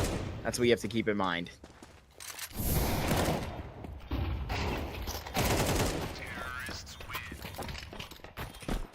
Oh boy. Yawara getting that 11th. Bolster their chances of taking away MIBR Academy's map pick. You see the odds continue to favor them. They were coming into the series, now even more so. However, Stormzine trying to have the last laugh here. Gets the opener up against Zhao. Gary trying to hide behind the smoke. Teledi looking for some elevation here.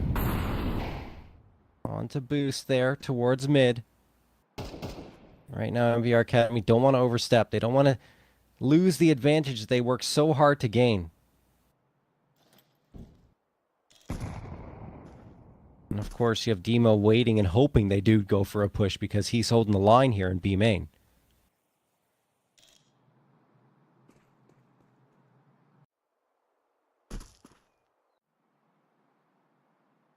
Fully in control in the hands of MIBR. That's why I don't know if I quite understand why they don't rotate one. 44 seconds, and they're about to. Jasmine might be in trouble. Molotov, I think, should be designed to land right where he stands. Oh. Opportunity to show up big once again. Also joined by Stormzine. No utility in his own right, taking a lot of contact. Stormzine doubles up, second while blind. Still alive in this bomb site. EDV all remains in A main. This is a very good defense. I'll be honest with you. I feel like I sense another player in there for Yawara. Stormzine ends the round single-handedly. That's very impressive.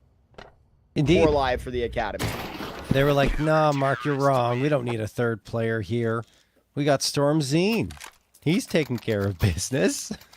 He so did, wild. Yeah. It really was. You know, 3 players waiting on the A site. Still a statues. Never really made a move towards B prior to that hit coming through.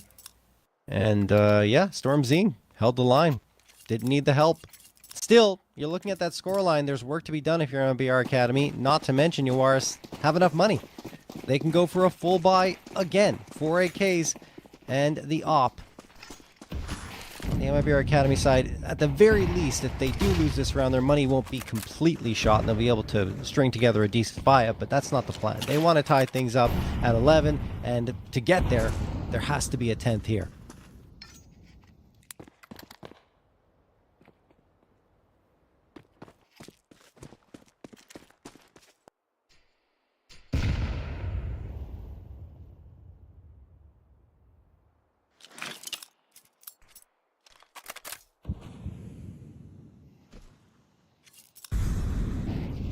Again, deep control, and now I think Flash will have a mind about him to maybe to be a little bit of a lever between middle and the say site. Gonna float around Z.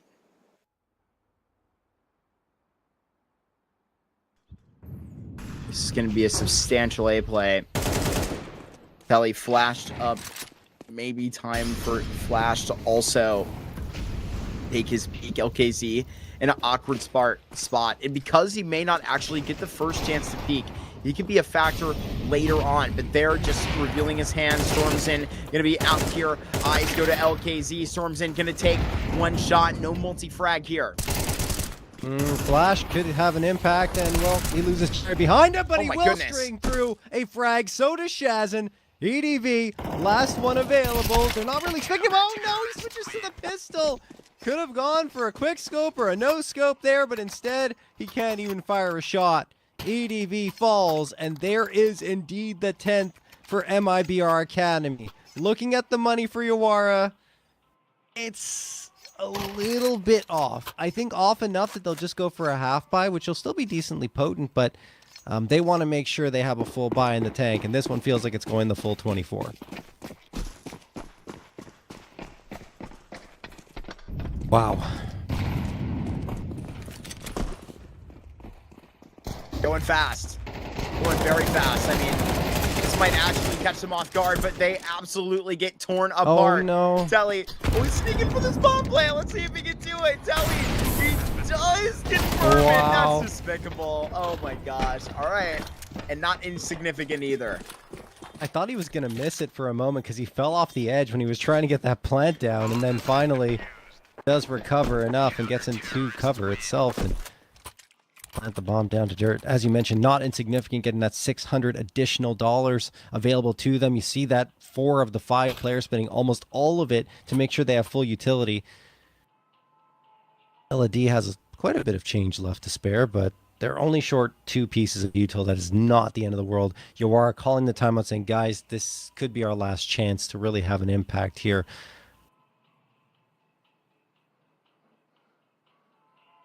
That said, full loss bonus, another bomb plant, and you're probably looking at a decent buy up on that T side, assuming you lose this round, which is not what they're thinking about after calling that timeout.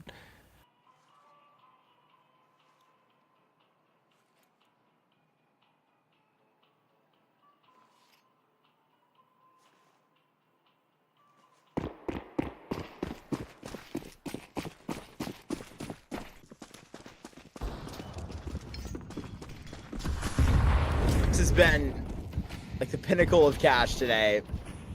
Seen some great games. This one definitely, it's a lot more pressure on MIBR Academy than their official yesterday versus the Wolves. You could just see that in the scoreline. But in watching that yesterday, John, did you see enough to, maybe believe in them having the next notch for their CT side to take this today? Yes. Yes, I'd say so. They were really resilient. I think, positioning-wise, they were able to get aggressive at the right moments. Really take the space they needed to in order to gain advantage against those teams. So I do think that MIBR Academy could indeed push this one across the finish line here on the CT side.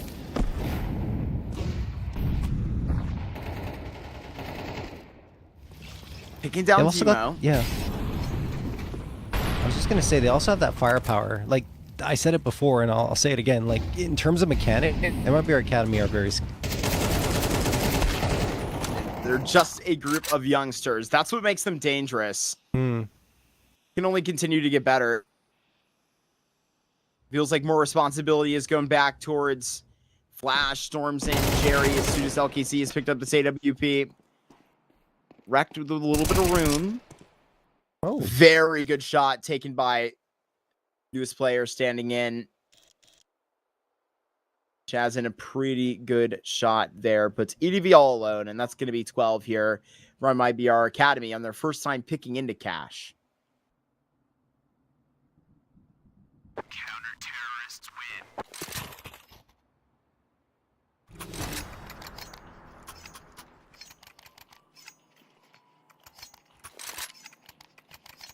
alrighty.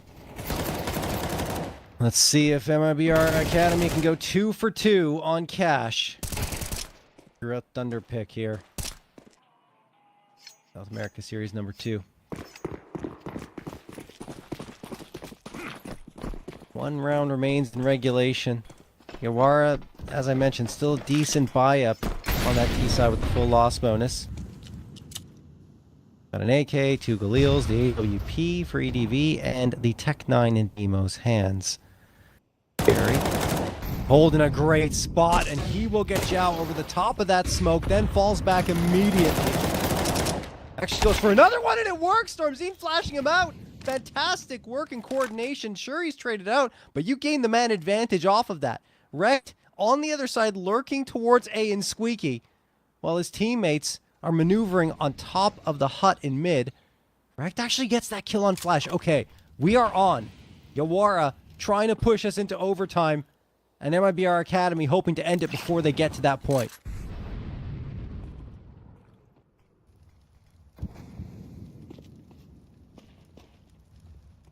Contact as deep as quad. Oh no. Can never expect LKZ here. Takes a no-scope, takes a pretty good look at EDV as well. Jazin, up chance to deny the plants and maybe close the game. Can it be the 16-year-old player distracting well enough for the in-game leader to take him out, John? That's 13-11. That's MIBR Academy. That is so very good by LKZ. I mean, no scope coming through. Doesn't make the mistake of switching to his pistol in that instance. As I think we saw EDV do that previously. But either way, Really well done. And then I think Shazin at the end, not focusing on Fork, he's like, okay, the smoke's up. I can slip through here. We already know he's low because LKZ can confirm that. And then afterwards focuses on the bomb planter, denies the plant entirely. All the pressure's off the CTs at that point and everything onto the Ts. Really well done, as they do indeed close that out. Excellent from MIBR Academy.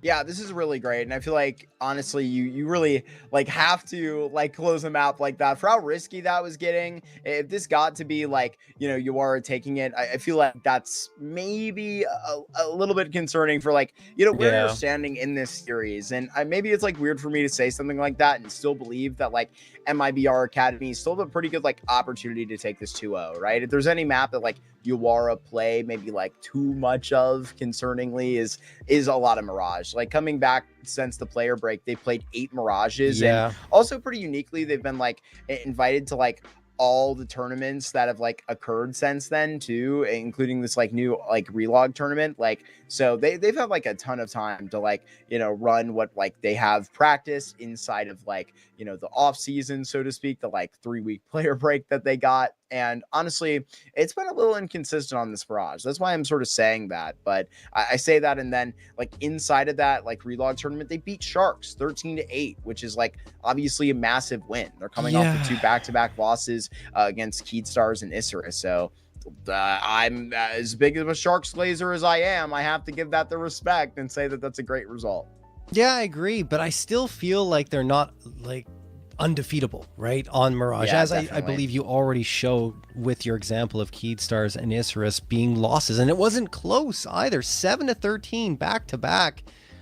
For a team that is, you would argue Mirage is one of their bread and butter maps, with Dust 2 being the other one, you expect them to be competitive in those losses, and they weren't, though. And you look on the other side of MIBR Academy, they're no slouches. 4 out of the 5 of their last on Mirage wins. So, Mark, I don't know. It's not a slam dunk for Yawara going on to map 2, and they lost map number 1.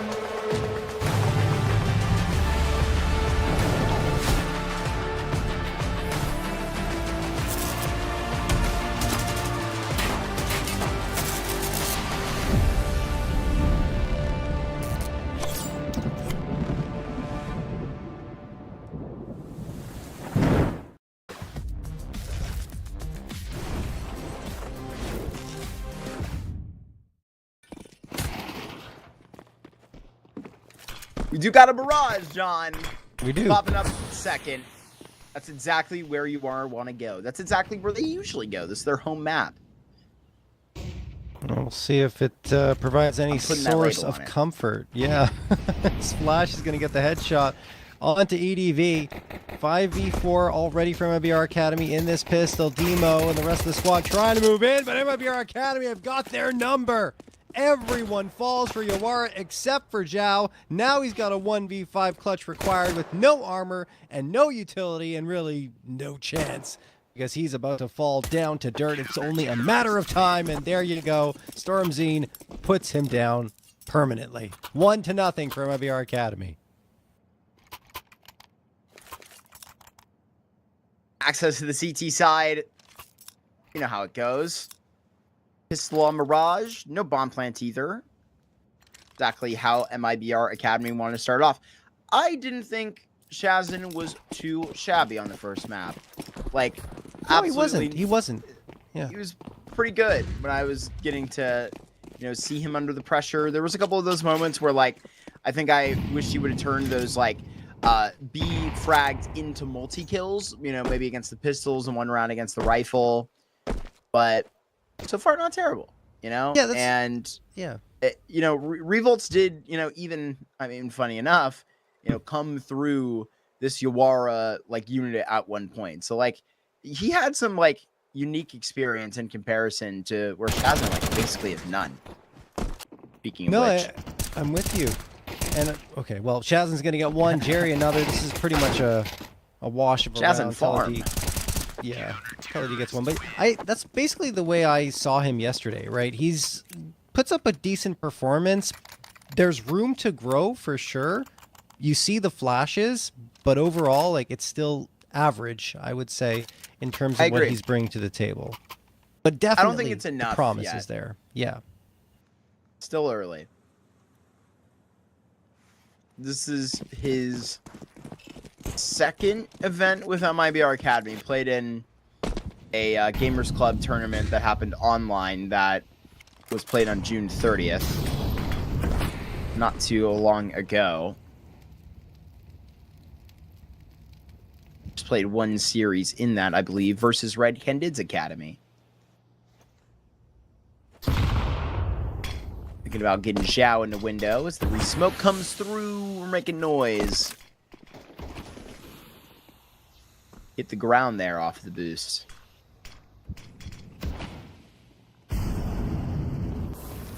Yawara don't have much util left. At this point in the round, with over a minute left, you got, what, 4 pieces available to you? Not much. One smoke and a Molotov.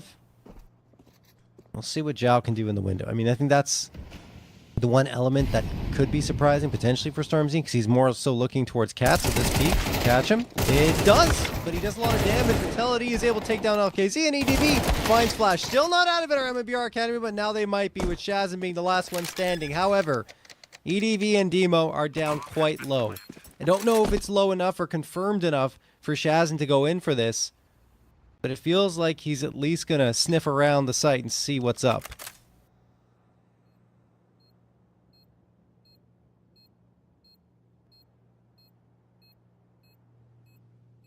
This takes a lot of time. We'll get here with half the tick of the bomb. Just not afraid it's enough. Shazin, you gotta have a lot of confidence to go for something like this. Grabs the AK, but now we'll just have to understandably back off. You might actually run into this other player by the A ramp, but should be good in Palace. Are you safe in Palace? Yeah, very. Feels like walls mean more now with this new bomb system. If there's a wall in the way of the bomb, then you are protected significantly more. Anyway. Could argue that's not necessarily the case on Nuke, though. But yeah. Also, it is Nuke. It's a nuclear power plant, so I feel like we have to keep that in mind, what you are blowing up.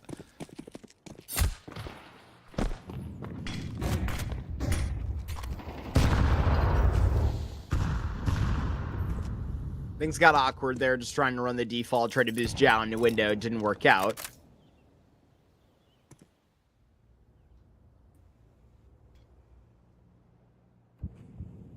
storms in all the way through Palace. Did they hear him? I mean, EDV, I think, is just looking at this via protocol. But we'll see how deep Stormson actually goes. He's just staying at this elbow corner. I wouldn't expect him to go like any more reasonably deeper than that at this point in the round. Also, Zhao going to be heading back towards T-spawn. Stormson, oh, may expect the fight. Zhao gonna be here, and wow. I don't know if he saw Shadow. I don't know if he had just said intuition. Big kill here for Yawara, 55 seconds and running out of ramp. Moments away from getting a Palace Peak posted as well. TeleD will just be waiting for the lurk. LKZ just taking one out of contention from ramp. Call that too, but Timo, Zhao, they had it for 3 kills in totality. It's just down to LKZ that was putting in the work. They know exactly where he was located, 2 HP, and he's here inside of the ticket booth. It is pretty improbable. LKZ goes away with an X peak from Zhao from triple. It's a really good round out of Yawara. Storms in, kind of gets caught a little too far past the line of scrimmage. Yeah, absolutely. So, MIBR Academy, after losing that round, won't have anything to really invest into here in round number 5. But kind of the back and forth I expected going into Mirage. Both teams can be fairly good on it. We're probably going to get another very labored map of play. I don't mean that negatively, but just one that's going to take a lot of rounds. 145 here. Yeah, there we go. It's a better one. Though it might be labored in the negative connotation too. We will see. Who knows? It was fairly clean throughout the majority of cash. You know, and I feel like in comparison to where you might expect an academy team to be a little bit messy, like, you got to understand, like, I mean, Demo has interesting experience. Like, I mean, this is a guy that, like, even popped into, like, IEM Melbourne and, like, PGL Bucharest because Payne needed a sub. Like, got to play under some significant reps under, obviously, as a product of, like, Payne Academy as a start. So I won't, like, call him a rookie, but he is 18. You know, Rekt has also, like, popped onto Payne Academy. I'll look and see if that was at the same time. Also was on Audic Academy. So you can name him towards a lot of like free agent rosters as well. And I mean, EDV gets like the mark stamp of approval. You've already heard this. He's been playing really well too. Oh, hell yeah. This will get the mark stamp of approval as well. Get the Zeus outside. Nobody's coming, but like, I appreciate the attempt. So I feel like Yawara were once in a much better spot with like, you know, players that were a little bit more experienced, you know, and then there started to be the era of like, we're experimenting with Angelo, we're experimenting with Lacerda, right? To be more like accurate with the timeline there, to like, you know, get young blood into the project. But it's pretty interesting to see where it's at now. I mean, there was always sort of a young gun here, whether it was like, you know, premium or revolts or whoever it is. Right now, it's really young and inexperienced. So, like, going back to their roots.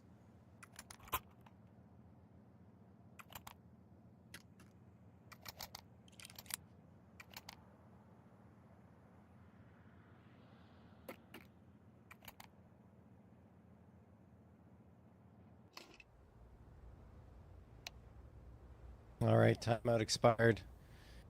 MIBR Academy talking things over. They've still got another 20 seconds during the buy time to discuss and see how they want to take the approach here in a round that could be critical for them. 3 M4s juggling around the guns here, managing the money, trying to get the best buyout possible. There won't be an AWP in LKZ's hands, but like we've already discussed before, that's not necessarily an issue. I mean, it is an issue on Mirage. You want to have the op up, but LKZ can manage with the rifle without a problem. I think just maybe a little confidence lacking based on his performance on Cash. We'll see if it gets better here on Mirage. Shiaz and need to be careful not to overcommit. He won't. Backs off towards the B site. And, I mean, effectively, MIBR Academy not challenging much into mid. They're giving it up to Yawara. That smoke is thrown so you can peer over the top of it. Might be a little too deep, though. There's a lot of space available here for Yawara, and ADV is just going to hold the line with the AWP and hit the shot. Nicely done. Stormzine lost here for MIBR. And now, with over a minute left, Yawara can choose their destination.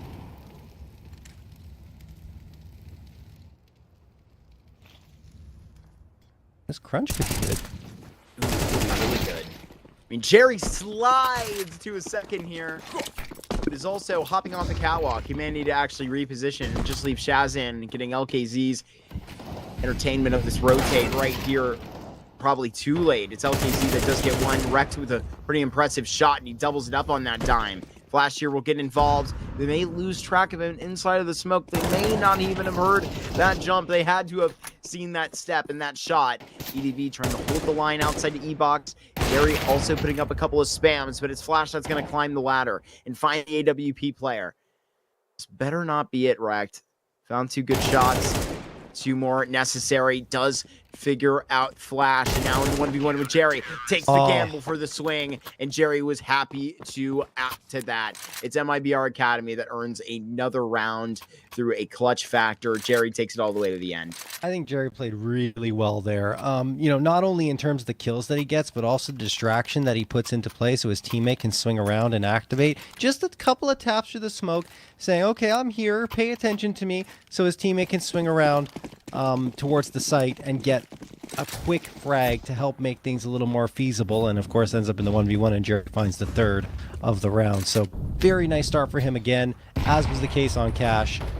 And MIBR Academy have knotted up the scoreline again. Stormzine takes a decent chunk of damage there. Now the problem for MIBR Academy is their money's not great, and they came down to the last player, so it stays not great, versus the T side that has a lot available to them. EDV gets the first trade from Jerry, but EDV is continuing to have impact. He's going to make it a 5v3, and while Stormzine will upgrade to an M4, he's only on 8 HP. Are they just going to stack B here and hope for the best? Stormzine might be dead. Oh, yeah. What a shot by Demo. Some players wouldn't even take that shot. That's just him not even thinking about it. Rifler instinct takes over.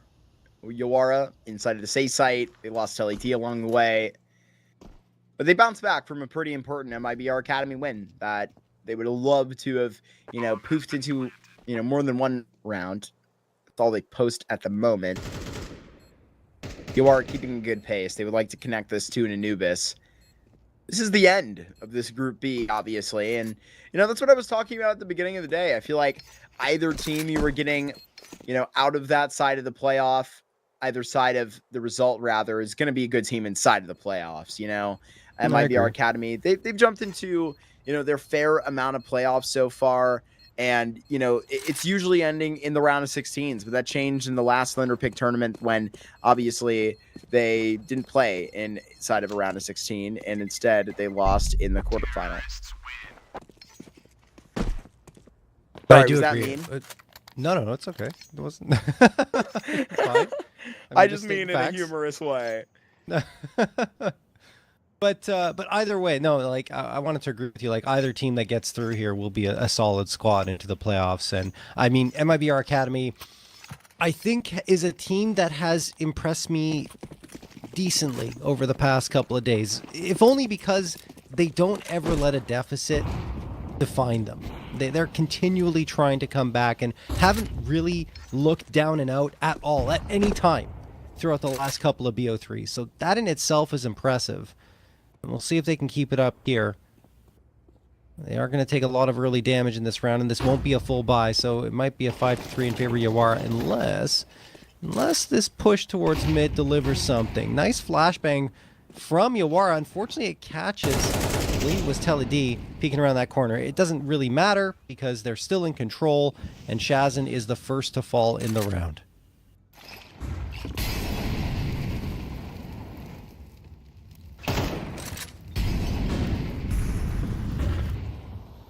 Out of position with this Deagle, with the rest of the pack. This Deagle's right where he needs to be. I don't know why I was picking on Stormzine.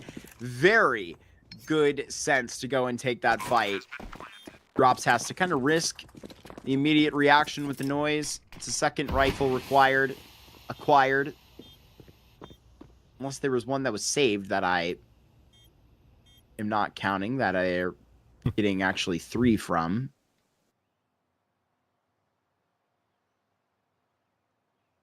Though there was only one body dropped. I'm missing some details here.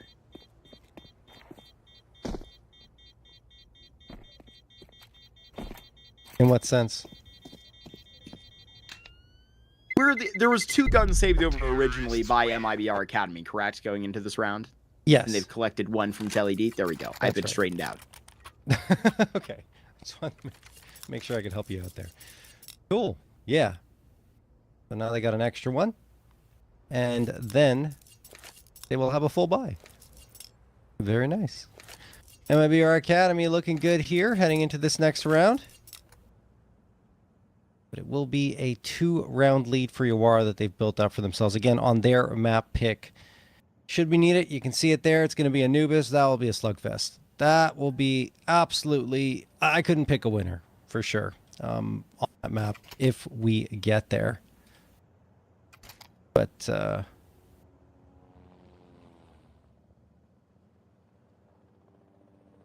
we'll have to see if that actually comes through.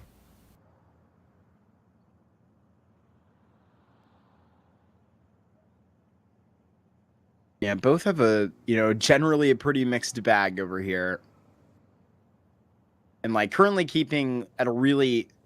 You can tell that MIBR Academy has improved a lot to, I feel like, get very comfortable in a position like this. It feels like maybe, towards the, end of April, you would, still be, pressing them as, a real underdog in a game like this. Where that's definitely not really the case here, and even feeling,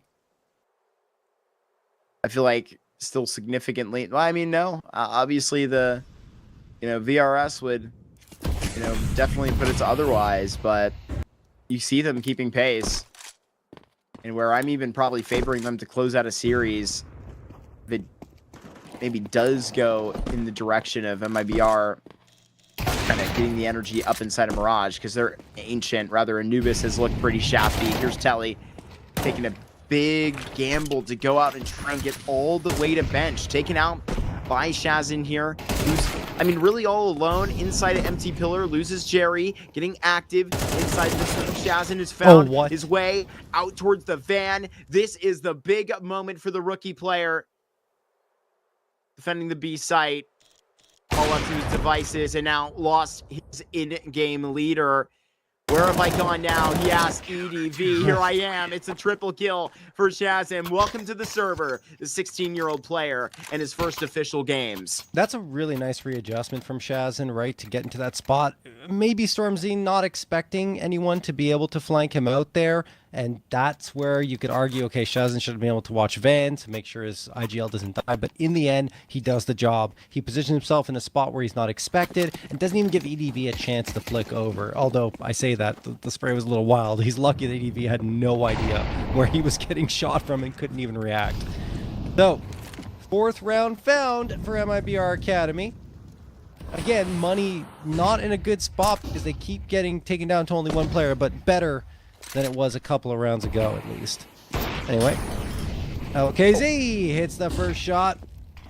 The rifler turned Opper is going to win against his counterpart. Ooh, misses that shot though. Even though they've still got the man edge, Utility's going to start raining on forward. Rex on the receiving end of it, taking a nade down to 54, and Flash peers around from the A site to deliver not 1, but 2 kills. Demo, last one standing, and I can barely get the words out before he falls to dirt.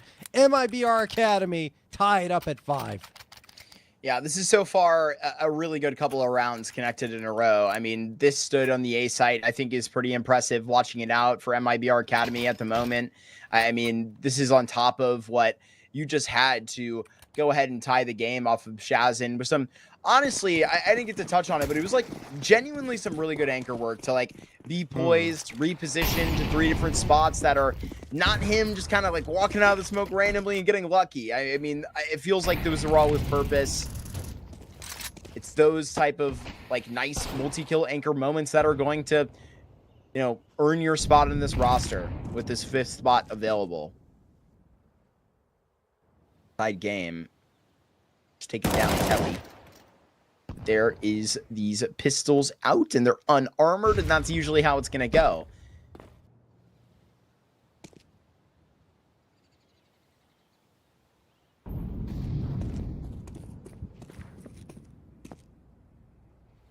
Indeed.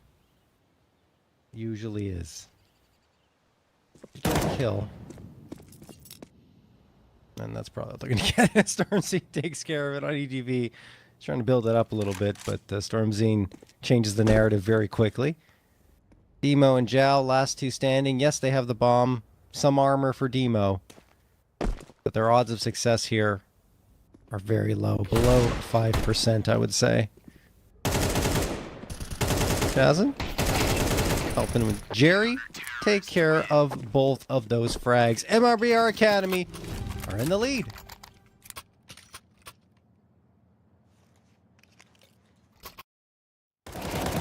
Also had this moment on Cash too, where they could clutch out that 7th round from a very competitive, like, you know, juggle towards the end of the half by both teams. If they could, you know, come out on top with a 2-round advantage, that would be pretty swell feeling, one would imagine. Jerry's on 10 kills. Nice work from him, working alongside the rookie player here towards the B site. Fathom's had a pretty great game. There is HellKZ right before he goes down, taking out Telly.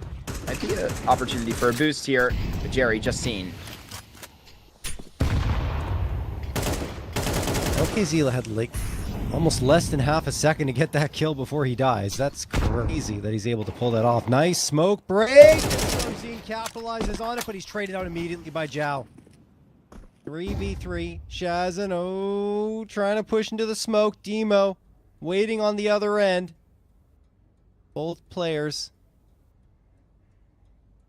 about to engage with each other. Demo's clearing this out. Flicks around, hits the headshot. Shazin's gone. Jerry's still alive around the corner. Will it go B is the question. Looks like the answer is absolutely yes. They're sending everyone into the apartments, and Jerry's happy to oblige. Takes care of Demo, who wasn't even set up for a trade at all, and now they'll allow Flash to support on the flank. However, Jerry's lost. It is a 1v2. I still feel like there's an element to surprise here for Flash, though, moving all the way into the apartments. They might not even be watching this at all. Yeah, heads turned both to Mark and Cat right now, but kind of like swaying either way. Now the contact's made. They know exactly where Flash is going to be fighting from. Has the opportunity to use that Molotov, but it's being probably a little iffy about when to send it. Yeah. Here is the double peek, and that is a really good way to set up a 6. Get that on the board. EDV and Jao come through. A pretty nice T side, or CT side, I should say, coming through from MIBR Academy. Despite some of the struggles, they do get that 6th across the line, even with Yawara, who were threatening for the entirety of it. However, it is bad news regardless, because you're looking at the round win percentages for both teams sitting at 60% on CT side. MIBR Academy did not hit that mark. Yawara definitely got exactly what you usually expect from them on their T round win percentage at 49.7%. So 50% of their rounds are wins. There you go. Now, if you look at the numbers on CT side, 62.8% of their rounds are victories, which means statistically, Yawara have the edge, but it's not by much. Jerry, going to get the opener here for MIBR Academy, would love to get a pistol round victory to kick things off in this second half. Stormzy immediately teased to that bomb plant. That's going to be pretty important here. I mean, obviously, Yawara see the 5 versus 4 on the board, but we obviously know that Jerry and Shazin are going to be in very bad territory, but it's actually the young player that gets that frag. Now Flash from up top. He's going to receive a gush. EDV going to lunge out a default, John. I don't see a kid here. I didn't see one on Demo just then. I don't think Yawara are going to be able to hop on the bomb realistically against all 5. They're going to exit through ramp. Oh, man. That's crazy. That's crazy. Looking at the health, 3 players got gushed, and only 1 dies. And now Stormzy down to 19. Okay, he does die. But still, like, that's pretty impressive for MIBR Academy to pull off the round victory, given the fact that so many players were low, even before the bomb was planted.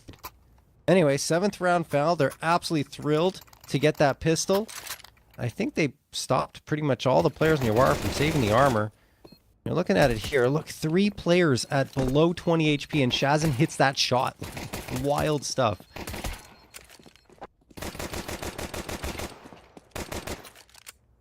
I think you kind of alluded to it before, Mark, but MIBR Academy would love to end this in 2 and not have to look at Anubis.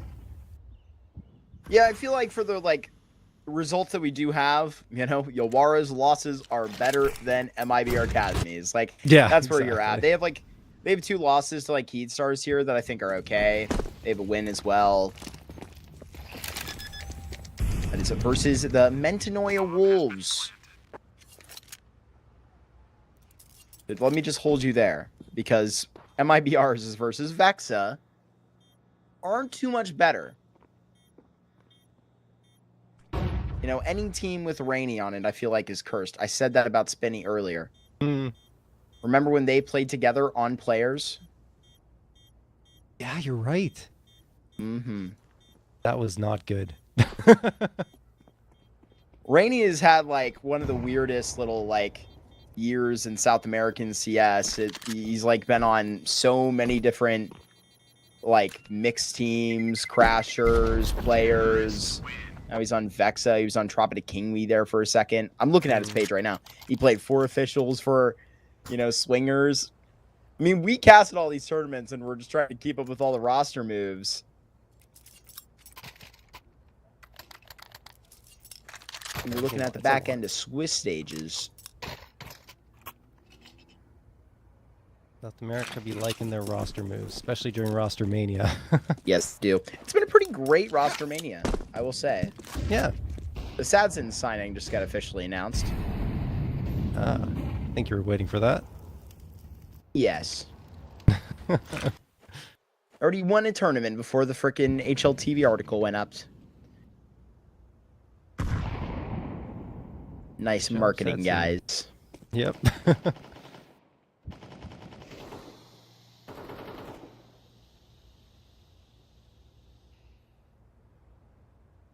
Maybe next eco round, you'll have to tell me your favorite roster moves so far. Keep that a Bruin up there. Okay, I'll think about that. Mine is Martinez. I'm a big Martinez guy. Yeah. That was kind of... Well, anyway. Wait.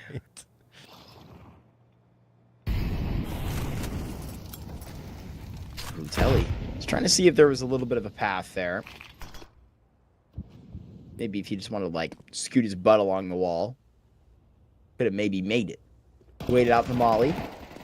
Clears out ladder. It's Demo. It's Wrecked that are going to find really good kills here at 45 seconds. Flash does have a face out of a rank, but Storms in now does have the impact necessary to actually put MIBR in a serious conversation for this round. Storms in, I mean, he's not done, right? He has the bomb on his back, loses Flash. EDV see the in-game leader? I believe he did. Got to go A here. Don't have enough time to go B. Might just have to slip Telly. Far enough fight to just try and get by, but Telly hits a very great shot here. Yawara, they pull themselves within 1.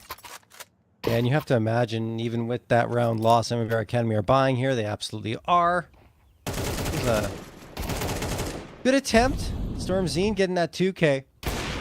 But ADV, I mean, he continues to be solid with that AWP, contributing at perfect moments, and right there is a key example of why this guy has been performing so well in Yawara. He's just hitting the shots in a 2v2, making his team have the man advantage and allowing them to close the door on MIBR Academy in the round. All right, we go into this next one. Odds are shifting a little bit as you see them, very much live odds. Yawara gaining a little bit of respect from the Thunderpick live odds.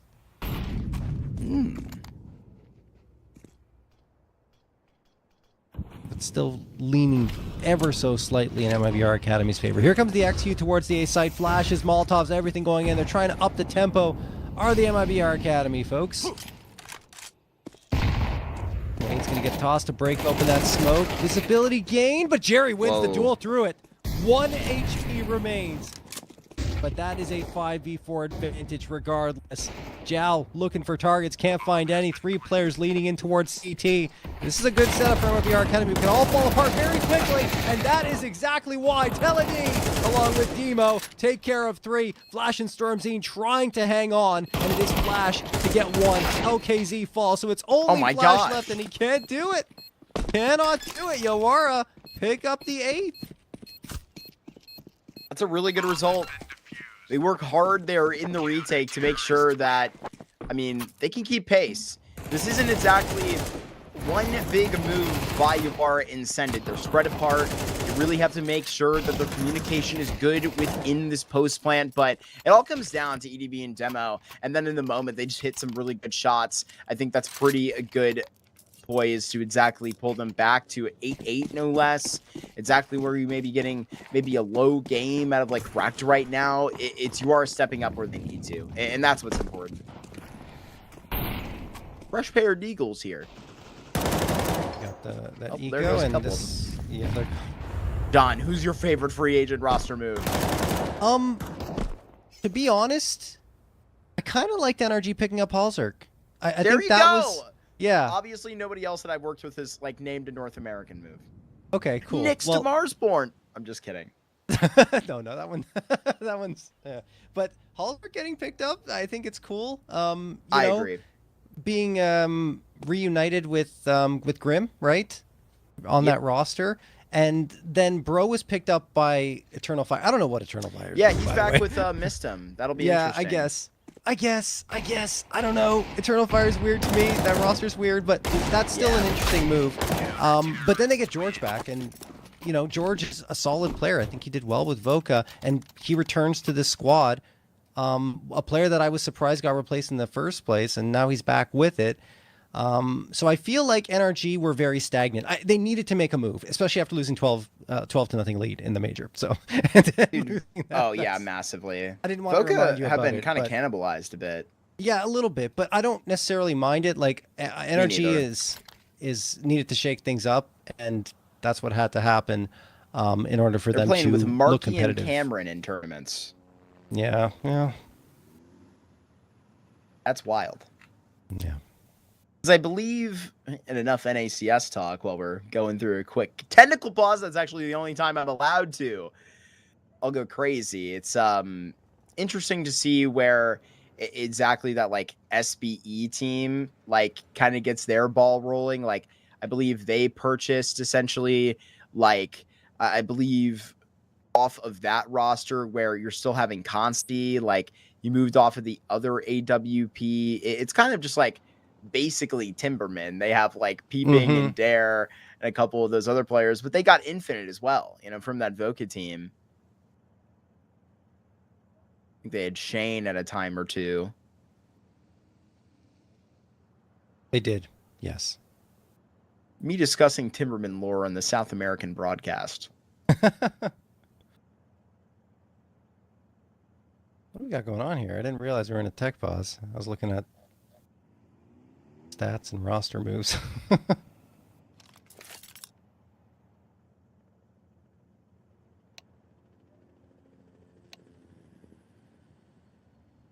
would say that the South American space as well has gone relatively without, you know, all this like, you know, drama that wasn't happening before around like Try and Legacy. You know, Legacy brought Nissim back instead of like going and getting Thomas in, which is a little sad. Would have liked to see Thomas in get a call up like that. Obviously, you know, the BC game stuff is quite crazy. Jorko getting a chance on Liquid's quite cool, but they said on HLTV confirmed, and I'm just going to quote them because they could have put it pretty perfectly. Is he going to be a Mullidoy or an ultimate, right? Is he going to be feast or famine? Which, yeah, you kind of have to like think that way for all of these roster moves and, you know, what they're going to actually cause a team to improve at. That's a really good point. You never know what's going to happen with them. It's hard to predict, but we'll see how it goes. We've got time. Plenty of it in the latter part of this year. We're going to see a trade come through as a timeout has ended. It was a mouse battery, apparently.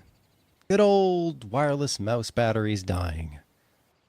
Again, I've said this before, and I feel like I'm gonna say it again. You got to make sure your mouse batteries are ready to go Charge for a it in match. between Like, maps, y'all. yeah, you got to be ready, guys. Like, stop it. Or play with it wired. Excuse me. Yeah. No, I mean, I'm a holdout, I guess. On the wired mouse, I'm still on that myself. So I don't know. It's all I prefer good. it. It is personal preference, but once you switch, I don't think you go back. Yeah, I've never gone to wireless, so I feel like that might be the trigger is getting a wireless mouse, which I do need a new one, so maybe it'll be wireless this time. Who knows? 40 seconds remain, though, on the clock here, and eventually MIBR Academy are going to have to make a move. Gotta make a move. 33 seconds to make said move. Flash not finding anything. I believe it storms in, just looking up to like send that Molotov all the way to CT. Flash that lands in between jungle, and now EDV will go and investigate. Has enough room here to actually see out of 8 cam to a kill. Seeing a couple of players and maybe getting a little overwhelmed. It's Zhao that will immediately get traded. 10 seconds, so that if they remember to get a bomb plan here, Telly gonna walk inside the CT and Flash. What a kill! Yawara, they see these smokes fade. They're so close. There would be other circumstances where they would save here, but that's not today. That's not right now. Walking towards triple, it storms in. That is single-handedly winning the round right now. I can't believe they have the awareness to get that kill so quickly. I thought they'd be a little too distracted thinking about CT or jungle, but no. They're waiting, watching, and killing. Everything coming their way. So EDV just has to back off, save the AWP, and MIBR Academy bounce back immediately to get themselves a 9th. Love to see it from the young guns. Now, money-wise, still okay. Still okay for the side of Yawara, so they're going to get a full buy on through. MIBR Academy will do the same, except they're missing the AWP. Don't know if they're too concerned about it, though. Especially not on the side.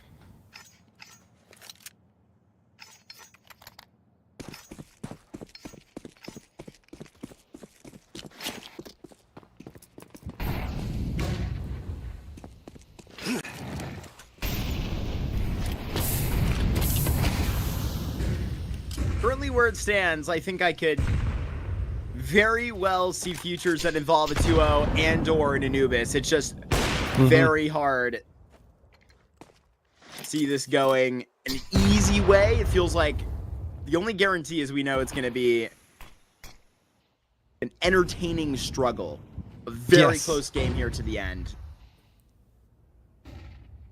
It's been a blood sport effort so far, especially MIBR trying to get back in to really like emphasize that reality of trying to end up 2-0, right? That would be a great way to get that ticket secured to playoffs where there are some dangerous teams.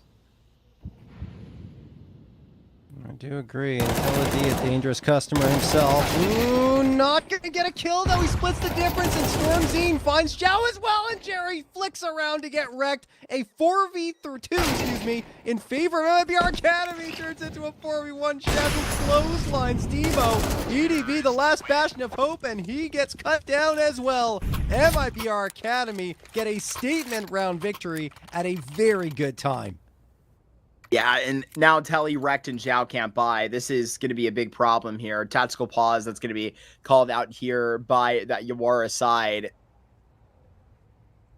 Got to know what the plan is going to be going forward. I got to assume that this one is going to go. There's not going to be much consideration. EDV can, you know, properly buy up to what he can, right? Maybe a little bit of an MP9 in armor, something to like add some spice to the round. But this is straight up going to be MIBR controlling to 11. And in this timeout, in the same vein, they can also get prepared, plan how to finish this game properly.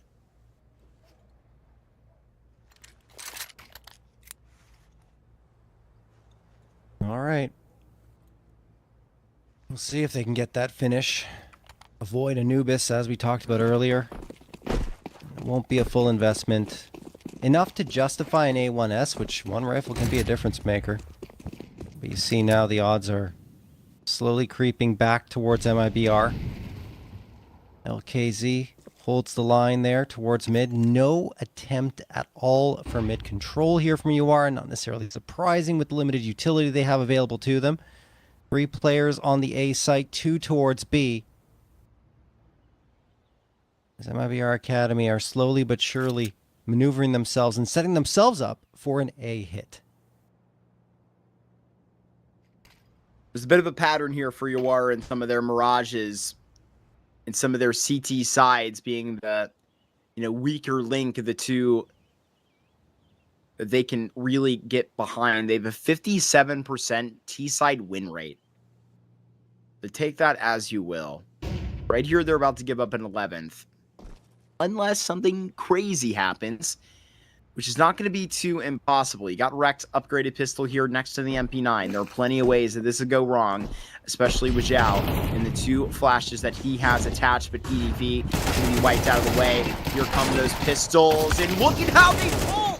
3 kills out of the A ramp, and it's cleaned up. So Demo with a serious chance to go and dance to a 1 versus 2 and has these smokes to fade, a bit of mystery. And he's just going to let them fade. We'll figure it out. What fantastic positioning to follow this up. Sees storms in, fade away. That flash came from CT. Here comes the fight, and Demo has the 1v2 clutch.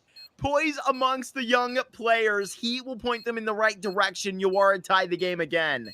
Yeah, I don't necessarily feel like you have to peek around that and take a fight in that instance. You can just wait and bide your time, maybe rotate to jungle. Don't just give him the straight fight, but I also understand it. You're trying to get the trade. You're hoping that you can catch him off guard. There's a lot of different thoughts that you could have there. Unfortunately, it doesn't work out for MIBR Academy, and Yawara do some fantastic work in a limited buy-up round. MIBR Academy, still enough money to get a decent buy scrape together. They will have to settle for a Galil and a Tech 9, but we've seen them pull off rounds like this before. Either way, as you mentioned, Mark, yes, this is going to be quite a journey to that finish line, I feel, here on this map. Still can't say who will have the edge. I don't know if we'll find out until that 13th hits the board, really. Yeah. Smoke's going to come through. Yep, go ahead. No, I really agree with you. Not going to be over till it is over. Storms in. Headshot onto Zhao. There's a lot of contention here relying around Connector John. So Telly missing a sprite. I wouldn't call it missing. He's just trying to spam this smoke. It's open. Recting Telly, take that opportunity. They were trying to plant the bomb and they get sprayed through the smoke, and that's not great here. Stormzine gets EDV. That was a boost through window. All right. Flash trying to creep up towards CT. Misses his opportunity to strike on Rekt. Teledi trapped over at jungle. This is not good positioning for Yawara. They have a flashbang. That's it in terms of utility. And they have to be careful. They take the dry swing and it works. Flash is gone. They spotted one over in connector. They know that both are there is the question. I'm not certain. They knew that a boost was on for sure, and they're spamming through the panel, but they just can't get comfortable. They can't get comfortable, and this bomb is going to explode more than likely. And yes, indeed, that is more than enough. Jerry, the 2K spray down. A full house amongst the 2 that survived. That's Jerry and Stormzine, and an 11th round secured for MIBR Academy. That's really impressive by Jerry in a way that is like him trying to keep pace with Demo. And 1v2 clutch. You needed a big play, a big response there by MIBR. I mean, this was such a stressful 50 to 40 seconds, amongst the take inside of the post. That was just crazy to end up seeing that towards connector and, cause Jerry to have to go and get a beautiful spray down. It's just all you can ask for. 20 kills that he's posted inside of this Mirage. His in-game leader just shortly behind him at 18.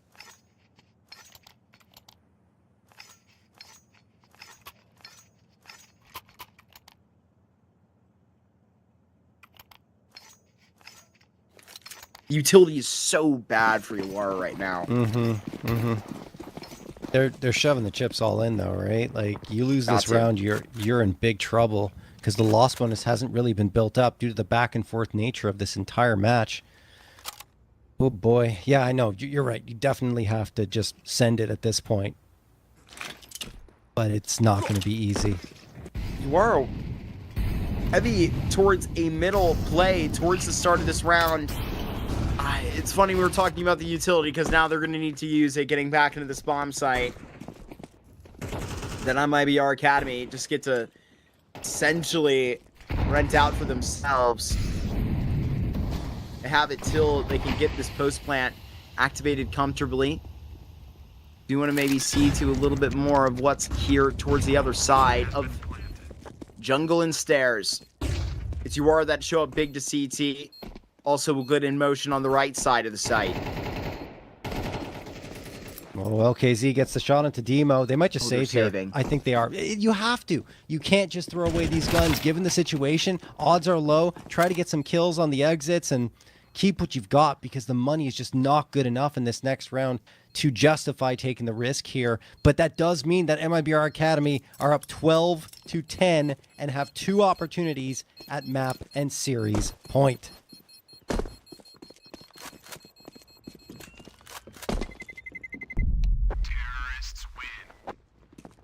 Yeah, look at that money. Imagine not having anything left with that money coming through. Yeah.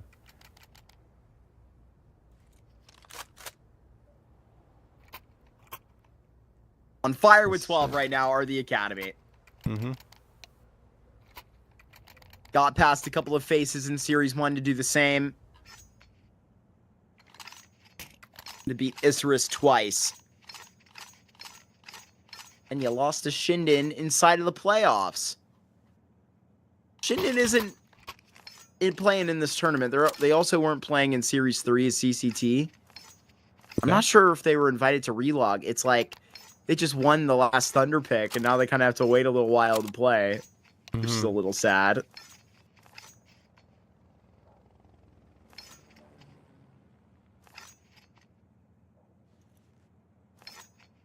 Yeah, they're just waiting for ESL Pro League to come. It'll be a wild opportunity. But they'll get these invites for, like, you know, who is, like, accepting invites for, I don't know, June to July. July, August, right? They'll be good. Out very quickly at middle.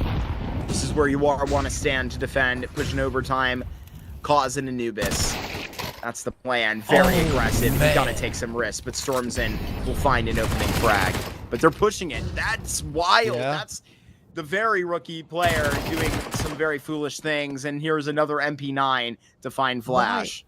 Why are you even going? Like, first of all, I agree with Jazzen shouldn't have been out there without like a trade opportunity, maybe just getting ahead of himself, feeling too much adrenaline flowing through his veins. But then afterwards, even that next one, the next peak by Flash, there's no one with you. You know, you got the advantage. You know that their firepower can't be that strong, and yet you're throwing bodies out there without having reinforcements close by or trade opportunities available. So now you've got LKZ just hanging around the A site. No one feels like they know what they want to do. 53 seconds left on the clock. You got to make a call and group up at this stage. And I think MIBR Academy are just a little wary of where someone else could be. Oh my goodness. And again, this peak is so risky from LKZ. You're showing face before your teammates are in position to go for the execute.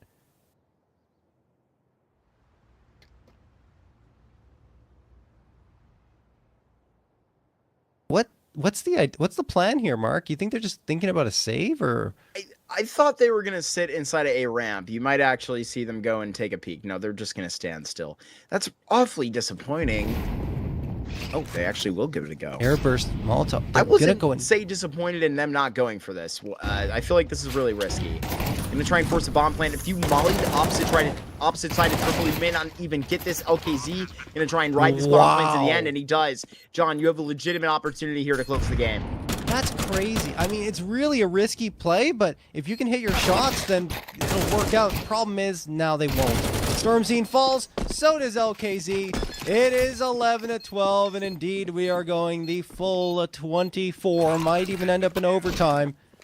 That's up to Yawara. They get free upgrades. They'll have the full buy they wanted in this round in the next. I just feel like that's careless play from MIBR Academy. First this, and then afterwards Flash going through into the A site.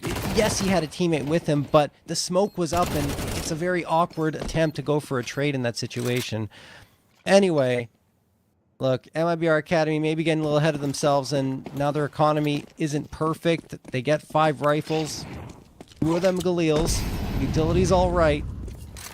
Come down to this. We'll see if they can pull it off. 2 players going in towards that B site. Just have to avoid being careless, honestly. And those are the types of mistakes that young players are going to make, right? A young team's going to end up getting ahead of themselves, and when they are close to the finish line, getting overexcited. Only natural. Yeah. Yeah. Ay.